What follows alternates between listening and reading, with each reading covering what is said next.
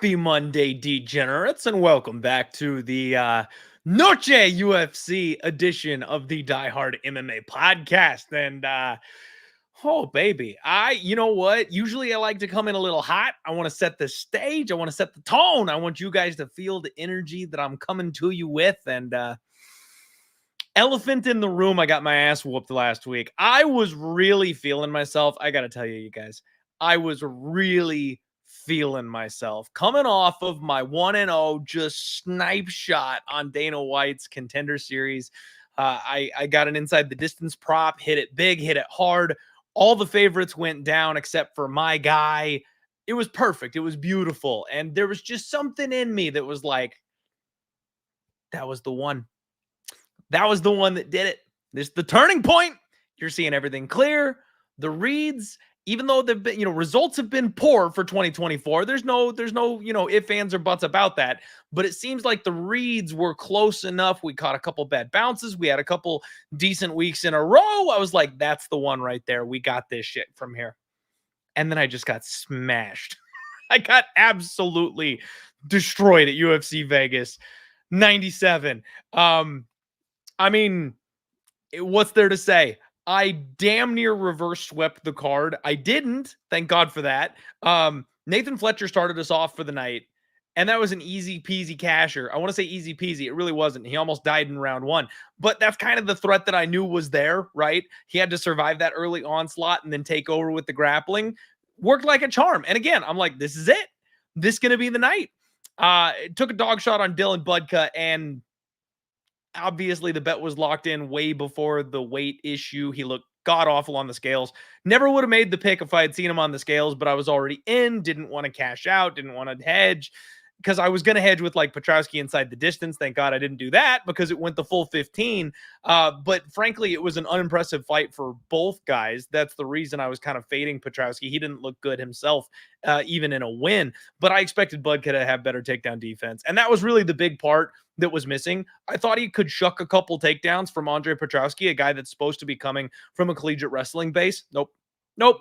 Laid on his back for a full 15 minutes. Just looked absolutely terrible. And then Vanessa Demopoulos and Jacqueline Amorim. I need a minute on this one, you guys. I need a minute. It was going perfectly. It was going perfectly. Now, people who parlayed up Jacqueline Amorim are going to tell me just how dumb I am for saying it was going perfectly, but they simply do not understand the bet they made. Amorim has one round of gas, you guys. Her whole career, every fight we've ever seen, the only time that she has not death gassed after round one is when the UFC gave her a below Dana White's Contender Series level fighter who's the shortest, smallest, tiniest human being they've ever put in the cage. That's the only time she's been able to dominate beyond the first round. So she gets on top of Vanessa, and it looks bad. She mounts Vanessa, and it looks bad. She takes Vanessa's back, and it looks bad. But then all of a sudden, she starts falling off. Then all of a sudden, it looks like Demopoulos is starting to reverse and get on top. It's like, so it started out worst case scenario. Vanessa's sub defense, as we knew, checked out. She survived the position, got to a slightly better one, survived that position, got to a slightly better one, and then she was about to end up on top. And we all know that as soon as Vanessa gets on top of Amorim, that shit's over. For the rest of the fight, it's one-way traffic, Vanessa Demopoulos. Amorim will gas out, break, give up on herself, and Vanessa may even finish her the deeper that fight goes. Anybody who tells you otherwise is foolish. Amorim gets 4 fingers deep in the gloves on Vanessa Demopoulos. I mean, there's some jealous Brazilian lesbians out there. She was so deep on that glove. I cannot tell you how furious that I am. You've got guys like Michael Bisping and Dom Cruz of all people. Dominic Cruz. Dom, I met you in person at the DraftKings Sportsbook here in Phoenix. I'm a massive fan of both of these guys. I respect the shit out of you. But for both of them to sit up on the UFC broadcast and be like, nah, bro, she had wrist control. No, she had wrist control. It happens. It's not a big deal. It happens in every fight. Shut up. Yeah, Dom would have been raging, okay? If that had happened to Dominic Cruz, we'd have heard about it for the next 2 years, okay? It was one of the most blatant, obvious cheating situations we've ever seen in the UFC. And to make matters worse, the commission, the referees, they all looked at it after it took place. And everyone decided, you know what? It's good. What do we even have commissions for? What do we even have a commission for except to prevent things exactly like that? The referee should have taken the position, reset them. The commission should have called it a no contest. It should have been scrubbed. None of that happened. Amorim gets a round 1 sub. Congratulations to any of you who bet Jacqueline Amorim in parlays and by submission. It worked out for you, and it shouldn't have, okay? And one thing that a lot of people were like really harassing me about on this one, because I will die on this hill. A lot of you showed your lack of grappling knowledge, okay? I'm a Brazilian Jiu-Jitsu blue belt. It's been some years since I've actually been in a gym, dad bod and all that. I'm living that dad life, working a couple jobs at the same time, so haven't been training. But I am a Brazilian Jiu-Jitsu blue belt, okay?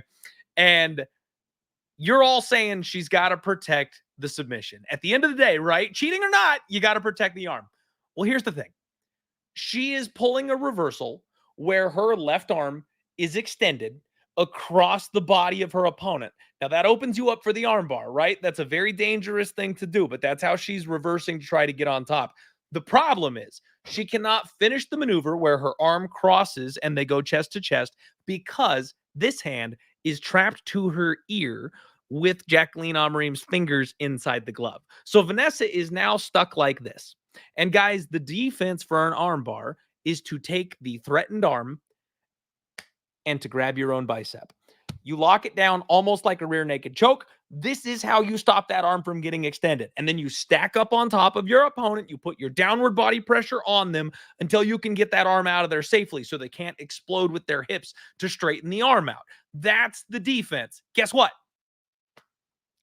Can't do that shit from here. When your arm is pinned to the side of your head in a position that it never should be because your opponent would literally never have that kind of leverage, you cannot defend the armbar. It's not a thing. It's not possible, okay? Okay, I'm done. So what I've decided, you guys, is that the UFC has officially made their stance on cheating clear. Eye pokes, nut shots, fence grabs. We saw that shit in Abu Dhabi where their precious one-eyed monster almost got taken down multiple times and grabbed the fence to keep himself up. Nobody gives a fuck anymore. It took me a good 2 years to change my stance on steroids.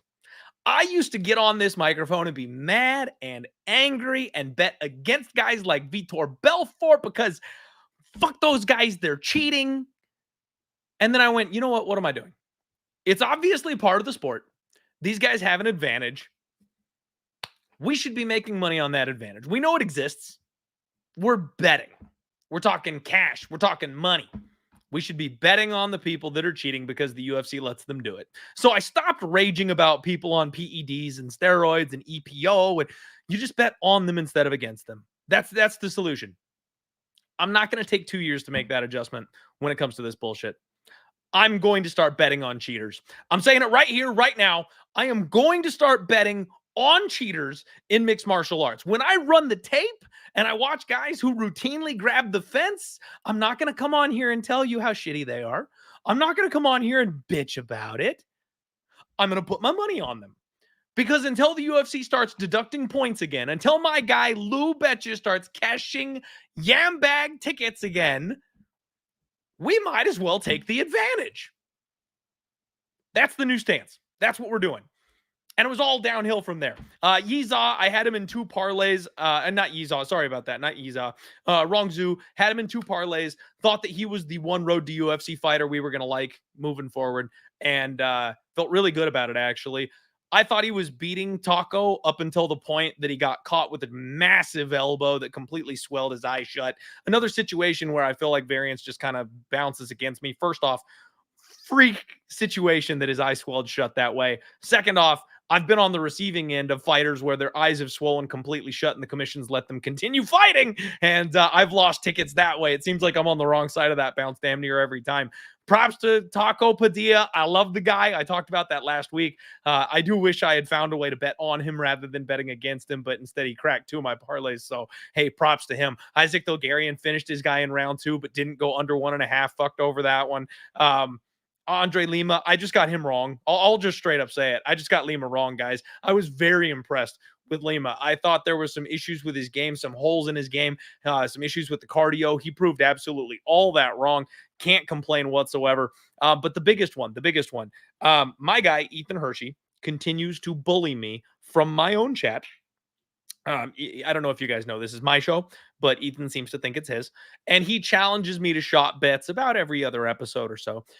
We went 2 for on this one. I don't know why we decided to go 2 for, but Ethan said 2 shots. And I said, fuck it, let's go. But he picked Yanel Ashmos. And I thought Trevor Peek was going to have himself a nice little night. Yanel fought a great fight. I thought it was pretty competitive. But at the end of the day, not enough to win. Peek is still a work in progress. Ashmos fought a perfect game plan. So I owe you guys 2 shots and we'll get the party started. Let's go. That would be 1. And I'm going to have to buy some more Fireball, apparently. Oh, that first one hits always a little bit. There we go. Here's number 2.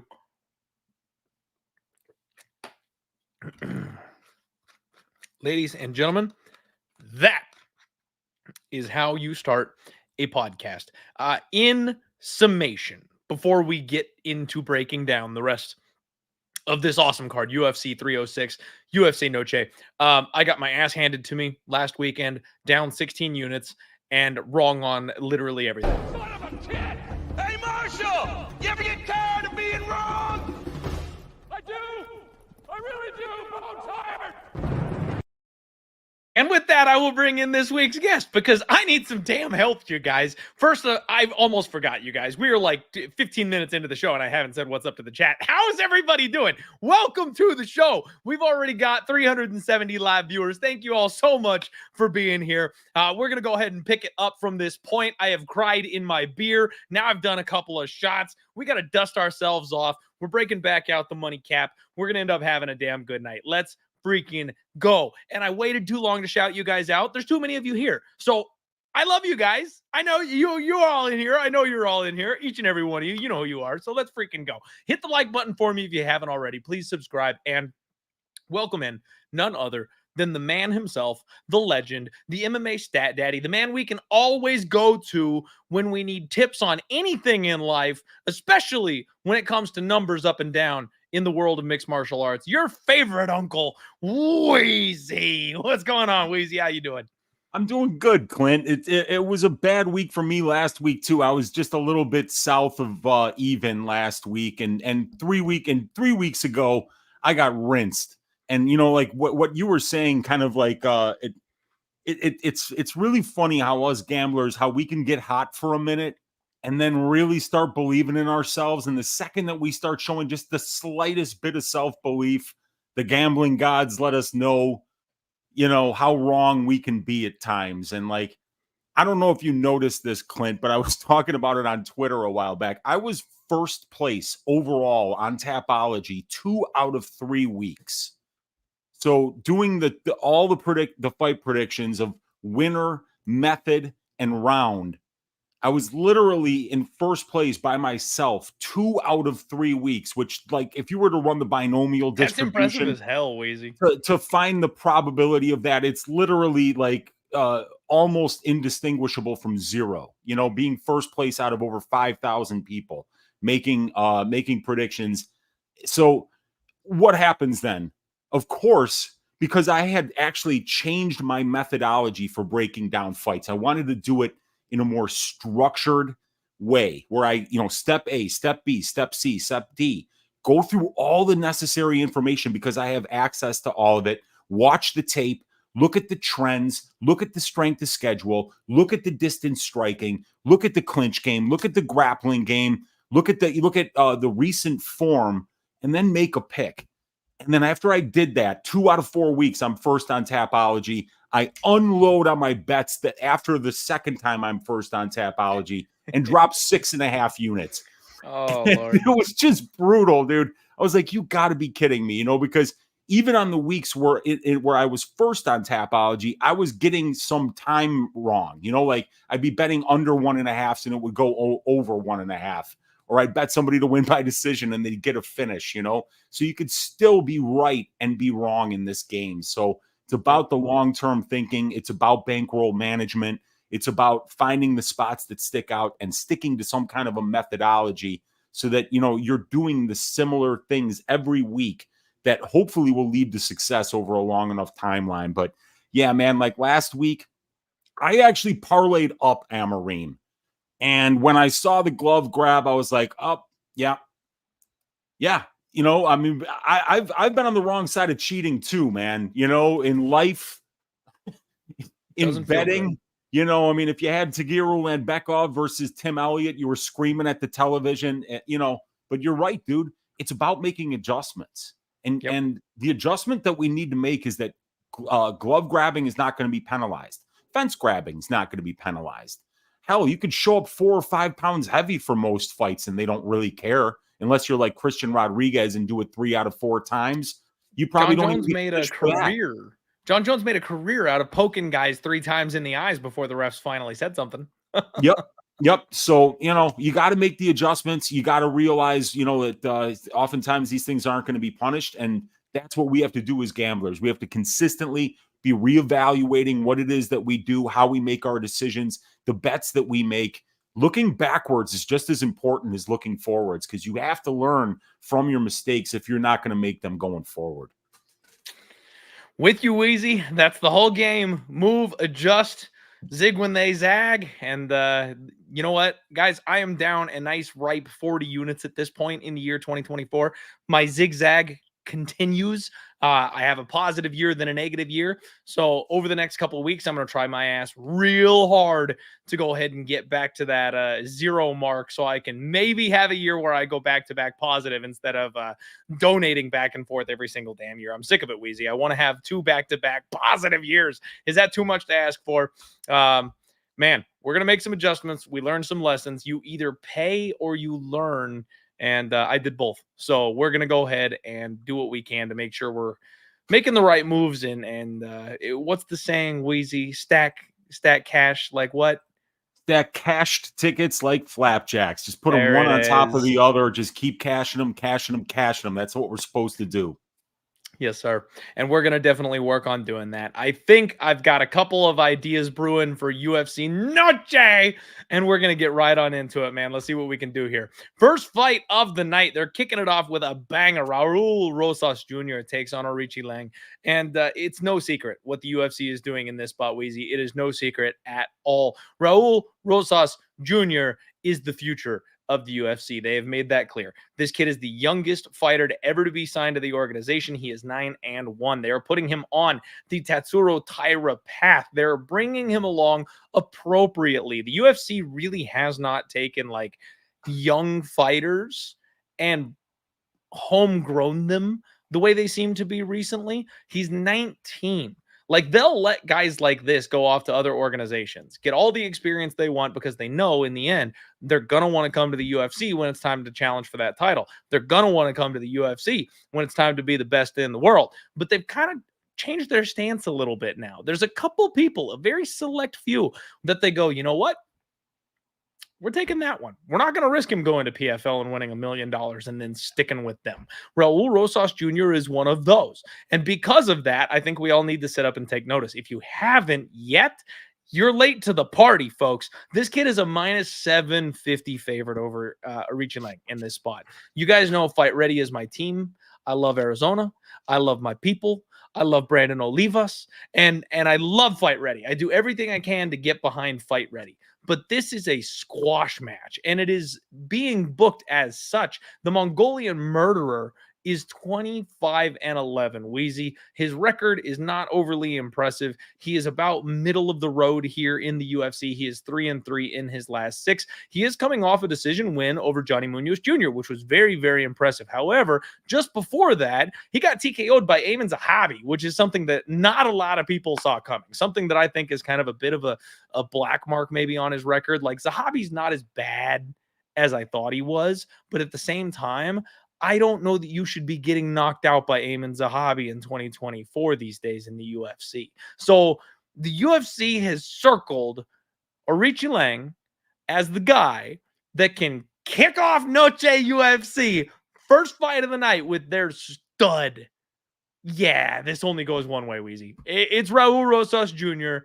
It's Raul Rosas Jr. probably inside the distance. He might just grind his way to a 15-minute decision victory because that's the kind of wrestling pace and pressure that he brings. I wouldn't be surprised at all, though, if he gets on top of this guy. Maybe has developed he's 19. Maybe developed a little bit of man strength up in there, Wheezy, and we get some kind of a late TKO, round 2, round 3, ground and pound. Submission is probably more likely. That's his first love. His striking is a work in progress. The older he gets, the more filled out he gets, the stronger he's going to become. So I do think we might start seeing more finishes from this kid, and especially more TKOs from this kid. But for right now, he looks for the neck. So maybe it's submission, but I'm thinking round 2, round 3 win for this kid, and I'm not bucking the trend. Raul Rosas Jr. is a deserving favorite in my opinion. Yeah, when you see lines like this, Clint, it's one of those indicators that pretty much everybody's seeing the fight the same way, right? I mean, you don't really get to minus 700 because there's a lot of people who are like, I'm telling you, man, Aoriqileng's going to do it here. He's got ways to win minutes, right? Not really. I mean, we know who he is, right? I mean, Aoriqileng is one of these guys that is he's good at everything, but he's great at nothing. He's a tough guy. He's experienced. He's got a little bit of power on the feet and decent striking. He can wrestle if you can't wrestle and win some minutes there.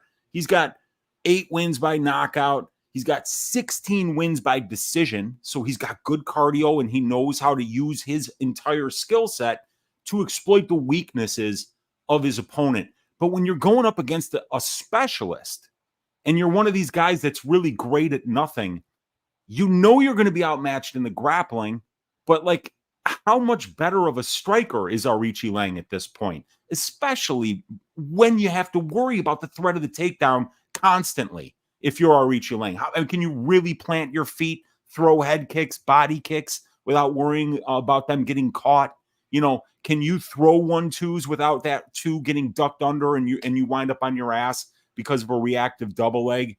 So how does he win this fight? How does Aoriqileng win this fight? Maybe by surviving, the first round, and then Raul gasses out in the second and the third, and he's able to stop the takedowns and land the better shots. That's Raul's toe gets caught in the cage during a reversal, and the referee steps in and stops it. TKO loss. That's it. Dude, maybe he's training glove grabs.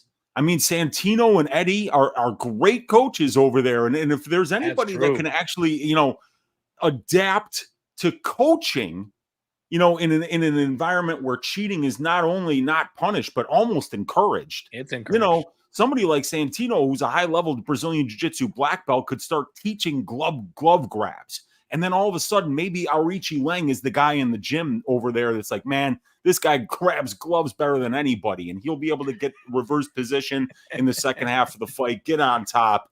And then we see him get the win here. But yeah, I mean, I think Raul Rosas Jr., they're not setting him up to lose. They're giving him an opponent that's not really that scary anywhere, and he's got 58% takedown defense. He's given up 2.5 takedowns per 15 minutes on 6 attempts against. He's getting controlled 25% of his UFC cage time. So those are statistics that show kind of an open door in order for Raul to get these takedowns, get the minutes on the ground, potentially win some moments and get this win. I like it, man. Yeah, Raul Rosas Jr. for sure. I know. Bold prediction of the week. I'm going with the minus 750 favorite here on the board, but hey, it is what it is. And Haunter in the chat already giving me shit. I know. I'm not picking the fight ready guy. Shocker. It happens from time to time.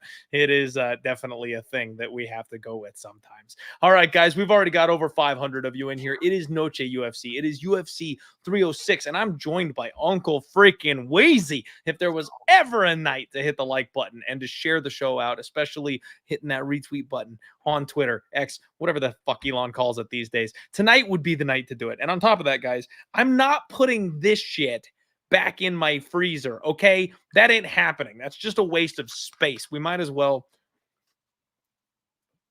You can't be drinking in front of me without me wanting to join in. Do I need to get my bottle of tequila in here, Clint? Are we going to have a drunk show breaking down UFC Noche? It's up to you, Wheezy. I'm already about 3 shots deep at this point. This thing is empty and I'm out of here. So I don't like it. It's just not part of me to be able to let somebody drink alone. I'll be right back. I appreciate that. I'll tee up the next one. You can grab that. Yeah. All right. You guys are in for a treat this night. You're in for a treat this evening. All right. While Wheezy's going to get himself a beverage, next fight, we've got Edgar Chairez, and he's taking on Joshua Van. Joshua Van, very, very interesting here this week, guys. I am massive on Joshua Van. You all know this, but we've talked about just how awful I have been in 2024. Josh Van was a parlay piece for me in his last fight against Charles Johnson. Now, something that I've had to come to terms with in the last year or so is that I was 100% right on Charles Johnson. I sat on this podcast and I told you guys how awesome this guy would be. I sat on this podcast and I told you guys that he's got all the skill set in the world that you want. He's got a high ceiling. He's got a great gas tank. He's got a great frame for the weight class. He's got amazing takedown defense. His submission defense is impeccable. You're not finishing this guy, and he can take anybody deep and he'll be able to take them out, or he'll win a very convincing 29-28 decision just by having more output than you. And what ended up happening was Charles Johnson let me down a couple times. He let me down a few times in a row, and I bet him against Cody Durden. He lost it. I bet him against Ode Osbourne, and one of the most bullshit split decisions of all time, lost it. I bet him against Rafael Esteban, lost it. And I went, you know what? My guy Charles Johnson is on a 3-fight skid in the UFC.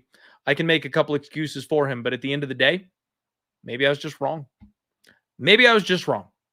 Since then, Charles Johnson has rattled off 3 wins in a row. 2 of those I bet against him on. One of those was against Josh Van, where not only did he do everything that I thought he could do when he made it to the UFC, he finished a guy like Josh Van, who's been nothing but tough and durable so many times in the UFC. All we've seen from this kid is how big of a badass he is. Charles Johnson put him out cold. I was right on Charles Johnson, and I still managed to lose money on it. So I'm fearful in this spot because I am super high on Josh Van. But guys, he got knocked out 2 months ago. He got knocked out cold 2 months ago. This is a really quick turnaround. And on top of that, he's been extremely active. It'll be his 3rd fight in 2024. And I know that doesn't sound crazy, but don't forget the fight that he had in 2023 was in November. So within a year, a calendar year, this will be the 4th time we have seen Joshua Van in the UFC. Now, for a young guy, I love the cage time. I love the experience. I love the growth. That's all great stuff for him. However, if you never slow down to let the body recover, if you never slow down to put the pieces of the puzzle together in the camp, you can leave yourself vulnerable. You can leave yourself open to damaging yourself rather than improving. Because if you're out there taking damage and you're not changing the things that you're messing up on, and especially short turnaround, you're not all the way healed, you come back in, not 100%, that's when you can bury yourself instead of being the superstar that you potentially could be. I'm not sure he took enough time off, Wheezy. I'm scared about how quickly this kid is turning around. Edgar Chairez, 11-5. He's 28 years old, so kind of coming into his physical prime. He's a guy that has had interesting results off of Dana White's Contender Series. I'm sorry, not Dana White's Contender Series.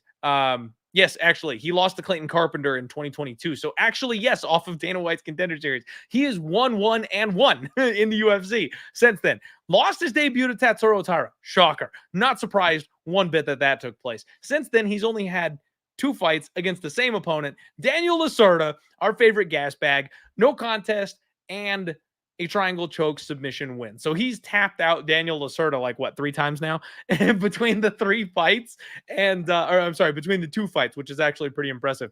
And now he finally gets somebody else. I don't know what to make of this guy. So in his fight with Tatsuro Taira, he actually kind of sparks Taira on the feet. He gets the respect in the boxing. Hits hard. And Taira goes, oh shit. And it's like the first time you see Taira have an oh shit moment in the UFC. It's this guy that did that to him. Then he gets taken down and he gets out grappled and he gets worked. Edgar Chairez is a fantastic grappler. We've seen that in the Daniel Lacerda fights. He is not a scrub on the mat. Tatsuro Taira is just next level. We're learning that, right? So I don't know quite where to put him. Daniel Lacerda quite obviously does not have a UFC caliber gas tank. And that's just unfortunate for him because I think he's got a UFC level skill set. He just can't keep it up for long enough to win UFC fights. Is Edgar Chairez a guy that I think we're going to see long-term in the UFC? Not necessarily. I mean, if you're getting beat by Clayton Carpenter, Jesus Aguilar, Albert Trujillo, like those are decent names, but those are mid to low-level UFC guys at this stage. He's 28 years old. He's coming into his prime. That's fine. I got to go with Josh Van Weezy. I know it's scary. I know it's nerve-wracking. I just lost multiple parlays on Josh Van getting busted in round 3. I think he's got the higher ceiling. I think he's the better prospect. I think he's coming in here to rinse the bad taste out of his mouth in his last fight. I think he's got a speed advantage. He can box with this guy. I don't know that he necessarily wants to go power for power again. That would be worst case scenario there for me. But the big thing is we've seen Joshua Van working hard on his grappling. I would not be at all shocked if he came out here and tried to wrestle Edgar Chairez. Weezy, hot take. Steaming hot take. We see Josh Van get his first submission in the UFC on Saturday. Talk to me about this fight, Weezy. What do you Josh make of this? Van's got to win by calf slicer on the regional scene, man. He does like to grapple a little bit, but it's not really his game. You know what? Josh is a boxer, a volume boxer, and a pressure fighter. That's really what he does best. He's only 22 years old, though. He's brand new to MMA. Less than 3 years, Clint, as a professional fighter, and this guy's already got 12 fights. He's about to have his 13th. This is a kid who's been extremely active. And when he's in the cage, you're talking about somebody who puts a pace on his opponents. 17.4 distance strike attempts per minute. He lands 8.8 of them. That's over 50% accuracy in a division that has a 38.2% accuracy since 2013 overall in distance striking accuracy. So this guy's way above average with his accuracy. He's way above average with his output. You don't have to worry about him being at a 7-inch reach disadvantage here because Josh Van fights like a small fighter. He fights exactly like a small fighter should. If you're undersized, that's fine. Put a pace on your opponent, walk them down, make them move backwards, which is unnatural while you're moving forwards, and outwork them. Never fuck off. Never get out of their face. Work that body, and then take it out of them over the full 15 minutes. But Chairez is such a dog, man. He's such a dog. This guy's never been knocked out in 17 professional fights, and you could tell he's got a really good chin. He's gotten hit clean more than a few times on the regional scene. He eats it like a flapjack and keeps moving forward. So Chairez is a guy who's also got more wins by submission than he does KO. Chairez is 4-0 to the KO, but he's 7-2 to the submission. So this is a guy who can get it done in more than one way, but not in all 3 ways. He's never been to decision in his career. Oh, no, I'm sorry. He's 0-3 in decisions. He's never won a decision in his career, while Josh Van is like the epitome of a minute winner. Mm-hmm. So I like this fight for Van because I feel like Chairez is going to either have to submit him or knock him out in order to win this fight, because Chairez throws only 8.4 distance strike attempts per minute, while Van throws 17.4. So he's more than doubling the offensive output at distance striking range. You add in the pressure and the body work there, I feel like Van is going to be the one winning all the minutes while this is at range. Both guys can win moments. I mean, obviously, we've seen Van knocked out cold before. Well, not quite cold, but he's been knocked out before. And it was by Charles Johnson, a guy who's knocking out nobody at this level. Charles Johnson is a minute winner, a pace guy. He's not really known for the knockout at this level. So he got knockouts on the regional scene, but it would often take him until the 4th or 5th round to get them. So I think this is a really interesting fight because I love Van's ability to win all the minutes of this fight, but Edgar Chairez is a guy with a 100% finish rate, and Joshua Van's been finished in both of his losses. He's been knocked out and submitted, and Chairez is a guy who's got legit power on the feet, and he's also got a pretty opportunistic submission game of his own. So I think like an Edgar Chairez finish only prop at plus money, that's a nice way to play this.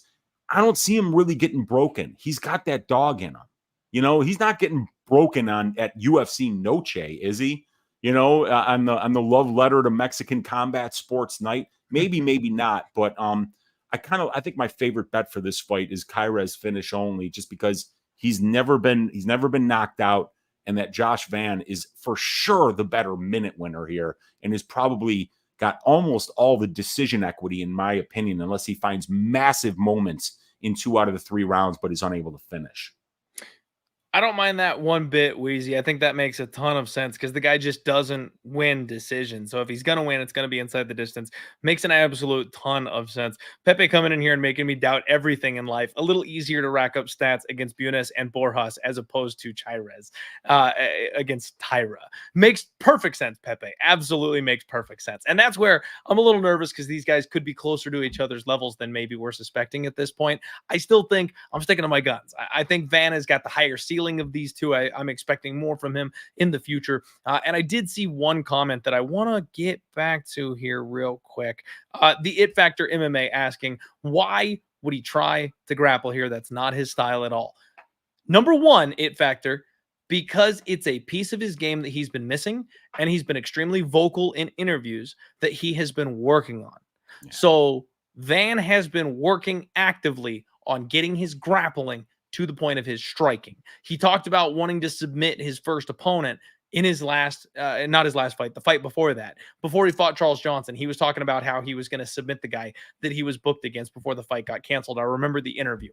Number two, he's not the only guy in this fight that likes to grapple. Chairez is very much known for mixing in the grappling in his fights. Josh Van is absolutely the type of guy who will engage once his opponent decides, hey, let's take this to the ground. He's a guy that will say, okay, let's go. I'll beat you at your spot. He will take that opportunity. Number three, Joshua Van is coming out here after getting knocked out. What do we see anytime a fighter gets KO'd? They come out a little more tentative. They come out a little more safe. And if they've got a grappling skill set, they come out abusing that grappling because they don't want to get punched in the face again. I've got 3 different reasons for you why Josh Van might end up grappling in this fight. I'm just saying a sprinkle. I'm not saying pull out a second mortgage on your house and lay put everything down. The bookies will let you on the sub prop. I'm just saying 10-1, it's worth a shot, man. The kid's actively working on that skill set. We'll take a shot at it. I'll take a shot at it. You don't have to. I'm just telling you what I'm going to do. Wheezy and I are in agreement here. We both kind of like Joshua Van a little bit. Wheezy, I love your angle. Chairez, finish only prop. Seems like that's pretty fun. Should be good. Good stuff. All right, guys, let's get into the next fight here. We have got Yazmin Jauregui, and she is taking on Ketlen Souza. I forgot about Ketlen Souza, Wheezy. I literally You're not the only one, dude. Oh, I don't know if anyone remembers her. I feel so bad because frankly, I should remember her. I bet her, I think, against Marnik Man. Like, I had a sizable wager with a parlay against Marnik Man because Marnik Man is such a punching bag. I knew she was going to come out here and have a good performance. But, I mean, yeah, she's 29 years old, so arguably she's in her prime. She's had a tough go of it getting to the UFC. You know, when you take losses via finish to people like Ariane Carnelosi in your record coming up the chain, it doesn't inspire much confidence. You know, she makes her UFC debut and she got knee barred by Irene Silva. That was one that I felt a little sketched out about, Wheezy, because it seemed almost just like a little bit more of an injury, a freak accident, more so than it was a tangible submission attempt. But all we've seen from Irene Silva is she's got that death touch with her grappling. If she gets her hands on you, she can find a way to make something pop. So I don't want to take any credit away from her, but Ketlen is 1-1 coming in here into the UFC. And so far, I have yet to be blown away by her. I'm not overly impressed. She's pretty small. Her boxing is decent. Her power's decent. She does have a lot of knockouts on her record, but again, relatively low-level competition when she does get those. Yazmin Jauregui seems like somebody the UFC really likes. 11-1, 25 years old, lots of room to grow, lots of upside on this girl. She also is very slick with her striking. She's more of a combination puncher. She comes out there and flurries against people, 5-6 punch combos. She has one loss on her record, one black mark. She got nuked by Denise Gomes. Now, Denise Gomes is Jessica Andrade 2.0. Like, this girl has serious power in her hands. And when you're throwing out combos the way Jauregui likes to, the counter is going to be there. So she can be hit. We've seen her tagged before. The UFC gave her Sam Hughes, and Wheezy, I've never been more sad because I always want to bet Sam Hughes. Like, Sam's my girl. She's got such a workable skill set. I expect her to be competitive and win a lot of fights that people are shortchanging her on. But the writing was on the wall on that one, because the one thing my girl Sam Hughes does not have, that's just being blessed with God-given athleticism. Yeah. She doesn't have that. Mm-hmm. She puts her backpack on. She's a worker. Mm-hmm. She'll get there where people won't, just through pure power and effort. Yazmin Jauregui had too much speed for her, too much footwork, too much ability to just be faster, and that's something you're born with. So it was a pretty clear 30-27 Yazmin Jauregui in that spot, and Sam Hughes didn't have much answer for her. Now she's getting another step in the right direction here. I believe this is like a UFC level test where they're going, okay, last time we gave you a power puncher, you got tagged and put out quick. Let's up the danger factor by just this much and see if you've made the improvements that you need to. It's an IQ test. Jauregui should win this fight. She should be able to out-volume Ketlen. She should be able to do way more on the feet and then just get out before the counter comes, protect herself, show some defensive improvements. I'm worried that she won't. The price tag makes me a little nervous because it is minus 470 at this point on Yazmin Jauregui. But at the end of the day, Wheezy, I think it's a setup fight. We're showcasing Mexico here. There's no secret there. I think she's supposed to win this fight. I like Yazmin Jauregui probably via decision. The fact that Ketlen has slowed down, gotten tired, and then been finished by much lower caliber competition, though, I wouldn't be shocked by like a round 3 sprinkle type of KO win for Yazmin Jauregui. Ketlen's been finished in all of her losses. You know, she's got 4 career losses, and all 4 of them are finishes, 2 submissions, 2 losses, or 2 KOs. So, yeah, I mean, I guess this could be the time that Yazmin does get that finish, you know, because she's a phenomenal striker. And the market's in on it. You know, the market's completely in on it. You look at the lines for Yazmin, and she was minus 330 versus Estela Nunez, who's a much better striker than Ketlen Souza is. Denise Gomes, she was a minus 380 favorite there. And then coming off that loss, first round KO loss, she takes a fight against Sam Hughes, and she's a minus 600 favorite. So in a situation where you would normally see the market kind of reel in the expectations a little bit on Jauregui, they even doubled down and said, you know what, she's just a minus 400 favorite. We're going to make her a minus 600 favorite. And she went out there and she showed that she can win 15 minutes against somebody in Sam Hughes, who was a former steeplechase runner. Sam Hughes has got phenomenal cardio and pace.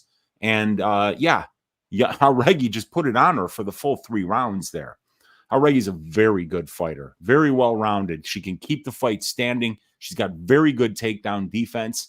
She can mix in a little bit of wrestling. You would see it on the regional scene. You haven't really seen it at the UFC level yet, but hey, Yazmin can wrestle a little bit offensively, but her striking, so clean, so technical, a little bit of power there, but also a lot of minute-winning capabilities.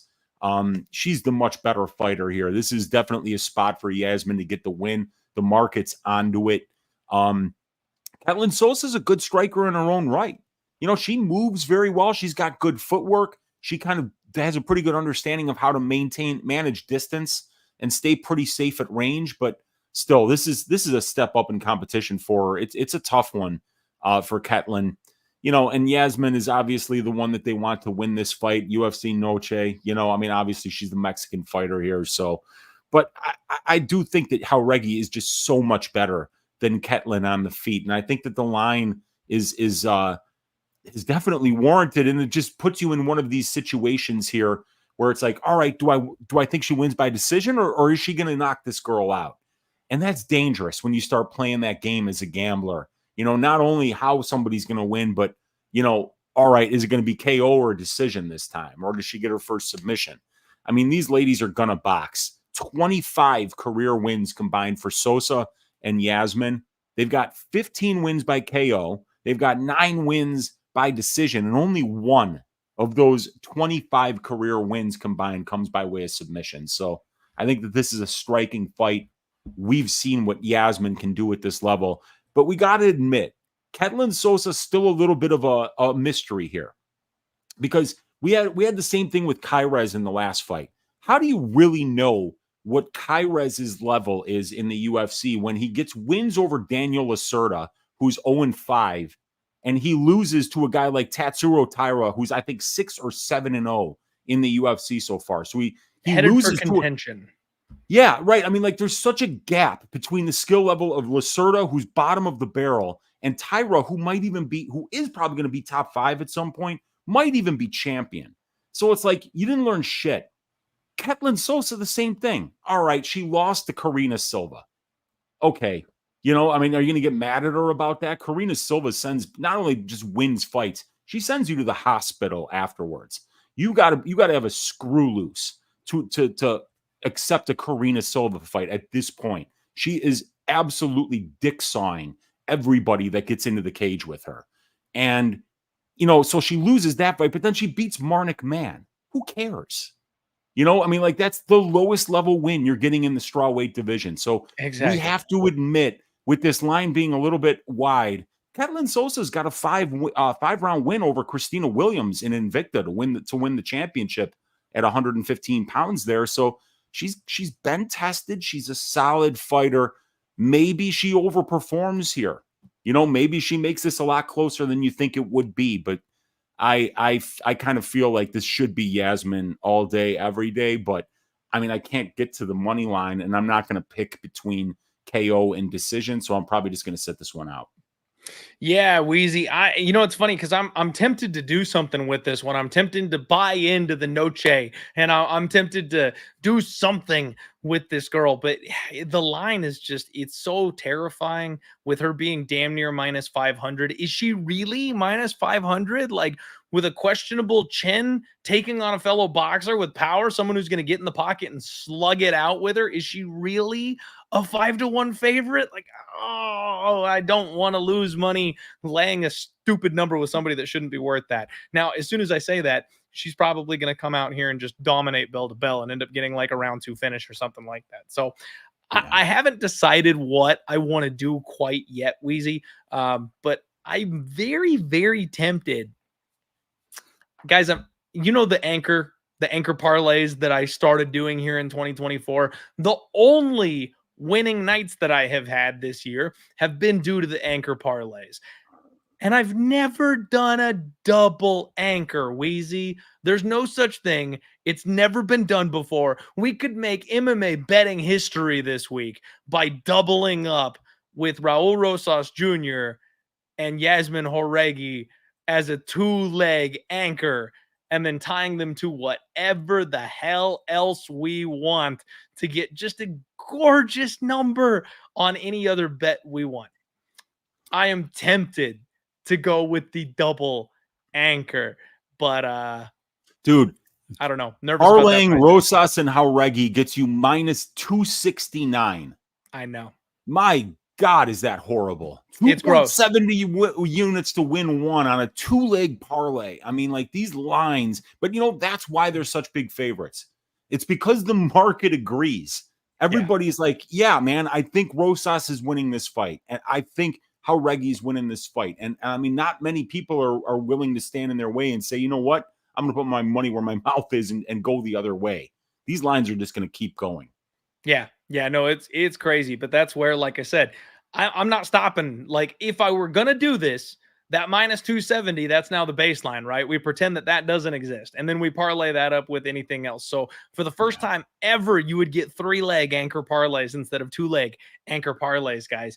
I'm thinking about it. I'm feeling dangerous. I'm in the whole 40 units and I got to get some cash back before the end of the year. So I am very, very, very tempted to pull the trigger on this bad boy. So keep an eye out on the socials. We'll see if I get there, Weezy. We'll see if I get there. I might get a little crazy this week. Next fight we want to talk to you guys about: Miguel Torres and Ignacio Bahamondes. Oh, what a fight. Weezy, you and I spoke off stage just a little bit before the show started. We talked about how this fight card may not be the best for betting. Yeah. There's some competitive lines which would make you think, hey, that's playable. I can bet on this. But a lot of them are coin flips. And that makes it really hard because unless you've actually got an edge, it's one of those spots where the person who's right is going to look like a minus 500 favorite. It's going to look like they had all the value in the world on a pick'em. But in truth, if they run the fight 10 out of 10 times, is it 60-40? Is it 55-45? Like, these fights are close, Wheezy. They're very, very competitive. And I love me some Ignacio Bahamondes. I've been saying it for a while now. The best base in MMA, Wheezy, is training with Bilal Muhammad. This kid from Chile, 15-5, 27 years old in his prime, is training with my boy Bilal. And it doesn't get much better than that. That's the pinnacle. That's champ shit. He is at the top of the game right now. But his wins in the UFC, Rongzhu, we saw what happened to Rongzhu in his last fight. Roosevelt Roberts, dude couldn't last on tough. Trey Ogden, now that's a respectable win, Wheezy, but that's a fight that I always criticize Trey Ogden for. You've got to give him credit for his fight IQ, but he shut it down that fight, Wheezy. He went, you know what? I'm not going to do this. And he went full shell defensive. I had Ignacio Bahamondes inside the distance that night. You cannot finish somebody. Well, not you cannot, but it's far harder to finish somebody when they're not a willing dance partner. When they are focusing 100% on defense, it's difficult to find a finish because all they're looking to do is survive. Trey Ogden survived that night against Ignacio Bahamondes. That wasn't a real fight. He got to step up against Ludovic Klein, and that did not go well. So the UFC hit the reset button. He's coming off a round 1 big time KO over Christos Giagos. But this is a bit of a surprise to me, Wheezy, because it's another young stud, 15-2, Manuel Torres, a guy from Dana White's Contender Series. And you know they're doing everything they can to get these Contender Series guys under the spotlight. This kid on Noche, they're not trying to promote the Chile fighters. They're trying to promote the Mexican fighters. It's weird. He's coming off of 3 round 1 finishes, each more impressive than the last. Frank Camacho, he's old and a little bit busted. Yeah. Nicholas Mata, well, he might not really be UFC caliber off the Contender Series, but he's hanging around. Chris Duncan, that's the one where you go, oh, okay. Duncan's looked pretty good. Yeah. And this guy got him out of there in the first. He had a bit of a layoff. He's not been as active as you would like him to be for a young fighter, but he seems to be picking it up on that front. He's coming into his physical prime at 29 years old, so he seems to be, physically speaking, just a step ahead of Ignacio Bahamondes in this spot. I like the team that Bahamondes is coming from, but when I ran the tape, Wheezy, the one thing that I really didn't like is how hittable Ignacio is. he really seems to have a hard time with his defense. He rolls a lot. He catches big shots to the head, and he just kind of tanks the damage and relies on being able to be tougher than his opponent. That's not what you want to be doing against Manuel Torres. Manuel Torres, I think, has a power advantage on this one. I think he's the crisper striker of the two. If Ignacio's training with a guy like Bilal and he can work his grappling, get this thing to the ground, I think that's absolutely a path to victory for him. But considering there's some size parity here with the height and reach, something these guys probably aren't really used to. They're both used to being the taller, longer guy. I'm kind of interested in Manuel Torres. I usually like to poke holes in the resume of, round one guys because it feels like they're round one or bust. We don't know what the cardio looks like. Those are all questions that still need to be answered. But I just don't like how hittable Bahamondes is. I think I've got to go with Manuel Torres here just because I think he'll land the bigger shots. And eventually, if you're getting tagged up like that, you're going to crack, man. I've got kind of a bad feeling Bahamondes takes a bad shot and goes down, Wheezy. Talk to me about this one. I know it's close, but which side are you on, man? Yeah, I don't really even know which side I'm on yet, just because I agree with you about Bahamondes being a little bit hittable. He's tall and long. And, there's just more of you to hit when you're tall. It's more body to hit. You usually got a little bit bigger of a head, so tall guys, a little bit easier to hit. They keep their chin up in the air. And that's something that you really don't want to do against Manuel Torres because the guy does have crazy power. But the thing about Torres is, and this is the stat of the fight here. This guy's got 17 professional fights, and his mixed martial arts career has lasted 42 minutes. 17 fights, 42 minutes. That's an average fight time of 2.5 minutes. So somebody like Ignacio Bahamondes, who's never been knocked out as a professional in 20 professional fights, he's been in there against Ludovic Klein, who hits hard. He's been in there against some good strikers over the course of his career.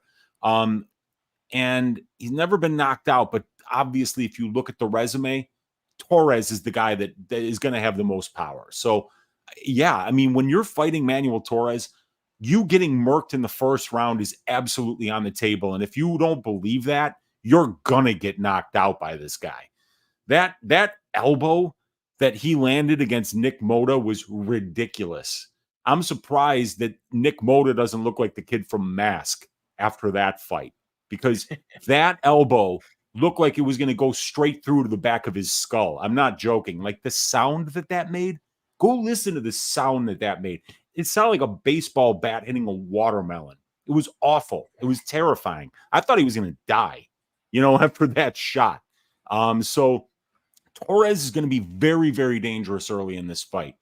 We just have no clue what Manuel Torres would look like in rounds 2 or 3. And if you feel like you can count on the durability of Ignacio Bahamondes, this is a guy who's been cracked in the first round before by John Makdessi, almost finished. And then he came back and he won the second and third rounds.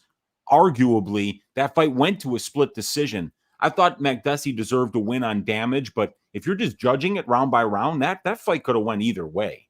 Mm-hmm. So Bahamondes kind of blew it as a big favorite in that fight against Makdessi, because Makdessi is a smaller guy who just said, fuck it, I'm going to get into the pocket, I'm going to land that right hand. And he was able to do that. And I think I was shocked by that performance, Wheezy. I lost a bag on Bahamondes that night. I picked Bahamondes, I believe, as the ass shaving of the week that week. And I know I had Bahamondes' money line parlayed up for a fact. And that obviously blew up in my face. And I was pretty blown away by Makdessi's performance in that fight. But Bahamondes is still only 27 years old. This kid's getting better. He's very experienced with 20 fights. He's got 140 more minutes of cage time as a professional compared to Manuel Torres. And when you look at the competition that they've fought at the UFC level, Bahamondes' opponents 31-27, Manuel Torres' opponents 6-9. So this is a step up in competition for Bahamondes. Bahamondes is obviously the guy who has more capability to win minutes and go the full 15 minutes. He's a very clean and technical striker with a wide variety of weapons. He's just got to avoid getting bonked early in this fight. And if he does that and this fight gets to the second round, I think that this is going to be Bahamondes' fight to win. But surviving 5 minutes against Loco Torres is not something that a lot of human beings have had a lot of luck with. Yeah, no, those are great notes there, Wheezy. One of the big questions for me is I don't know if Bahamondes pushes any kind of a pace for us to really worry too much about Manuel Torres. You know, down the stretch, that's kind of the big thing, right? The cardio, the concern, like step up. He's gone deeper. He's gone 15 minutes. But when Bahamondes is having his best day, he's kind of picking and poking from range. He's throwing kicks from outside. He's throwing some spinning shit every now and again. Like, I don't know if he's going to get in the face of Torres and wear him out. I don't know if he's going to force him to wrestle and make him tired. Like, if I knew that was the game plan, I'd be a little bit more interested in looking at that side. I don't know that that's what he's going to do. We could end up with a 15-minute kickboxing match. And if you're going to stand over there and, you know, you go, I go, you go, I go, I don't know that Torres is ever going to tire out in that kind of a fight. Yeah, well, we'll find out, because there could potentially be an adrenaline dump just because he doesn't know what it's like to get into the second round as a professional. He's been to a decision once in 17 fights. That's phenomenal, because I think that's the only time he's even ever been over 1.5 rounds. So that's that's not an accident.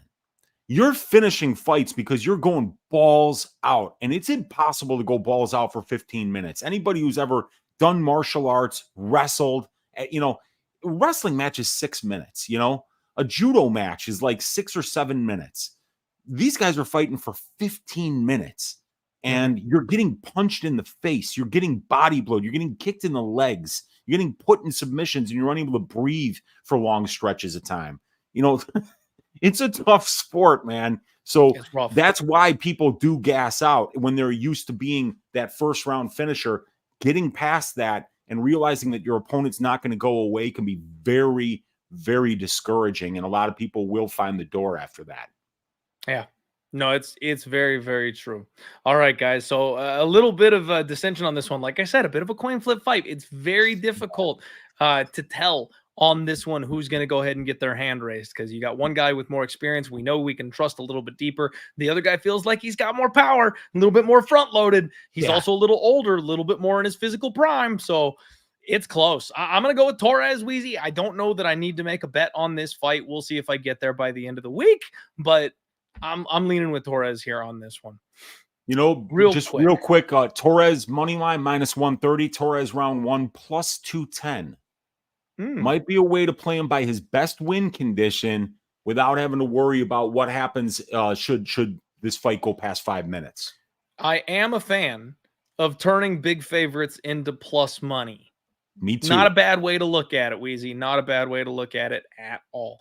Real quickly for me, I want to shout out Matt Norton from the chat asking, is Clint the worst bettor of all time? And Matt, the answer to that question is no.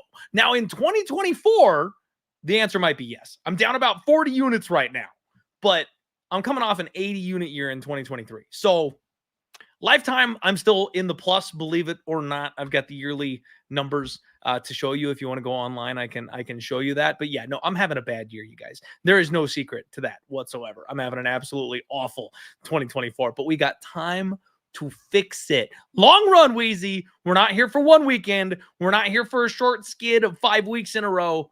Long run. I've been doing this shit for 6 years. You guys think I'm going to buckle and run when I have a bad year? Nah, we'll be doing this thing strong in 2030, all right? So don't even sweat it. Don't worry about it. Let's fucking go. Next up, you've got Irene Aldana. She is taking on Big Norma Dumont. I refuse to call her the immortal. She is Big Norm, as far as I'm concerned. Wheezy. You just got those fighters. You got those fighters that, like, I swear she's like clipped my podcast and she's like, I'm going to fuck that guy. And not in the good way, not in the way that would make my wife angry, but in the way, like, she's just going to take my money. Norma Dumont hates me. I cannot figure this girl out for the life of me. I simply didn't respect what she did. She's 33 years old, felt like she was a little old, little late to the game. I got the win against her with Macy Chesson, and I was like, finally, I figured it out. I'm on track. I'm on point. We know what we're doing here. And then I play her big inside the distance against Danielle Wolf.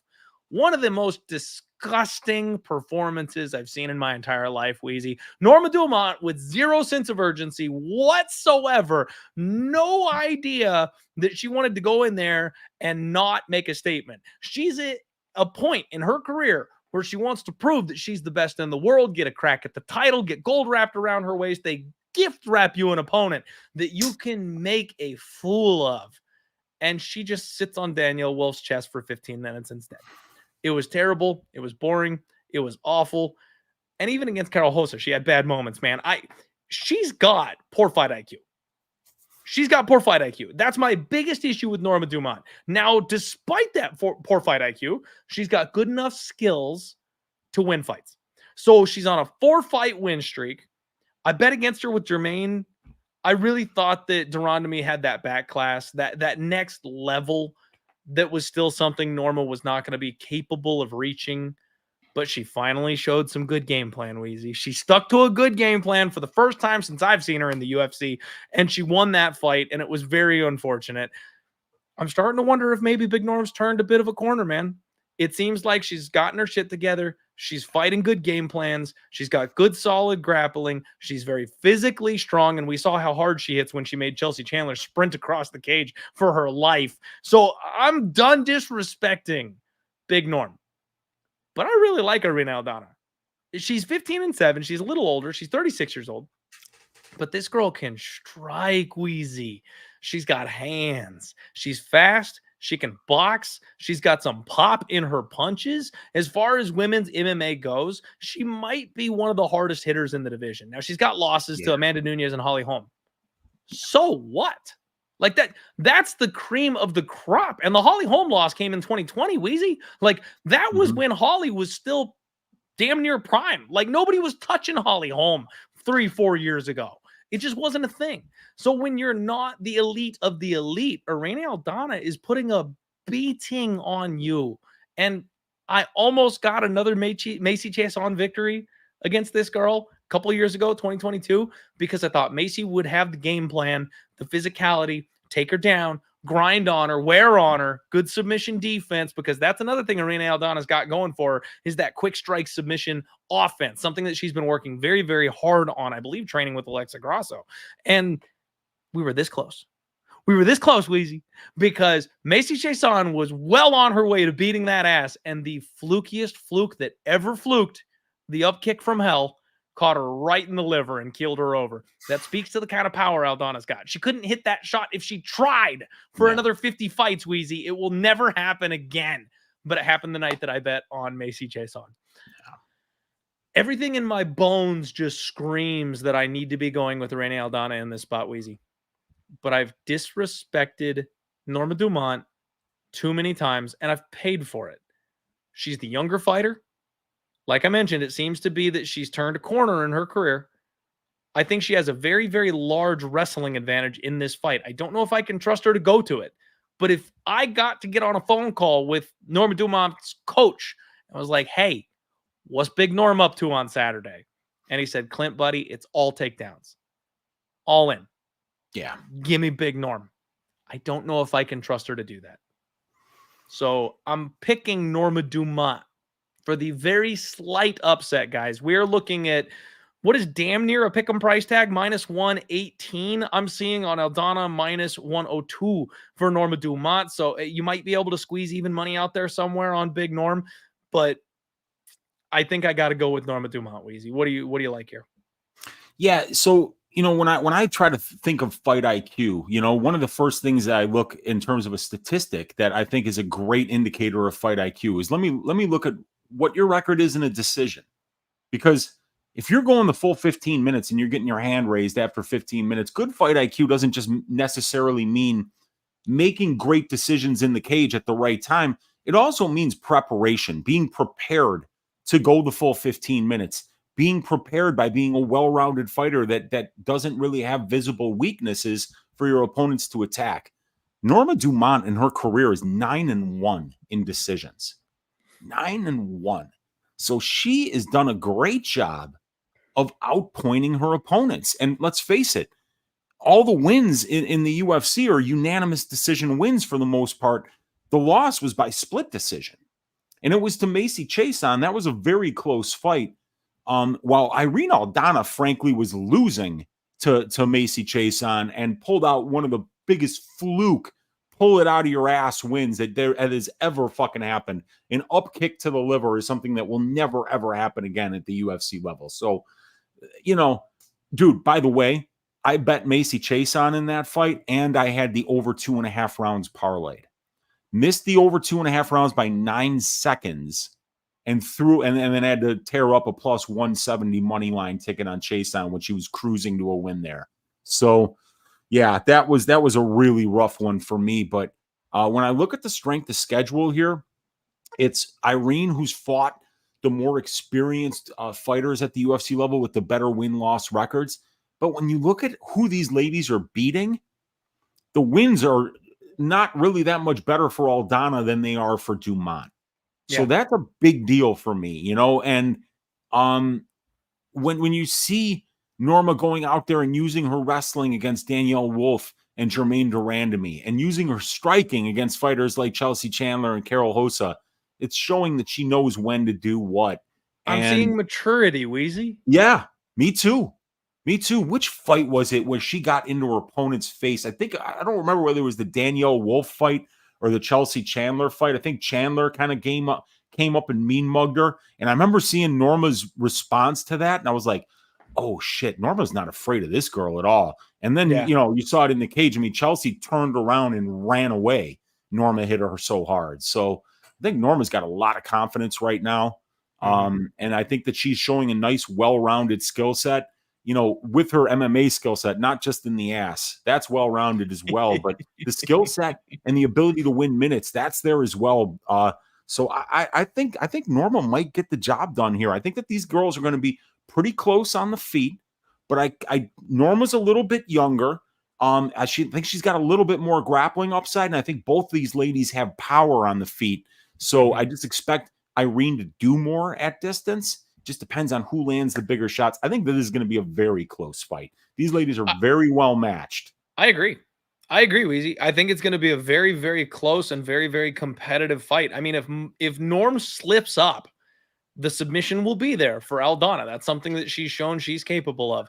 If they throw down on the feet, it's going to be close. It's going to be competitive. I kind of feel like it's going to be power trading pot shots. You know what I mean? I want to say like volume versus power, but at the same time, we've seen Norma bite down and take some big swings herself. So if these two girls are respecting the power from each other, it could be just kind of a you go, I go, one shot at a time type of power situation. The edge I give is the wrestling for Norma Dumont. That's the one thing that I'm like, man, like what really jumps off the page? She's so much better in this area. It's Aldana's boxing slightly, and then it's Norma Dumont's grappling.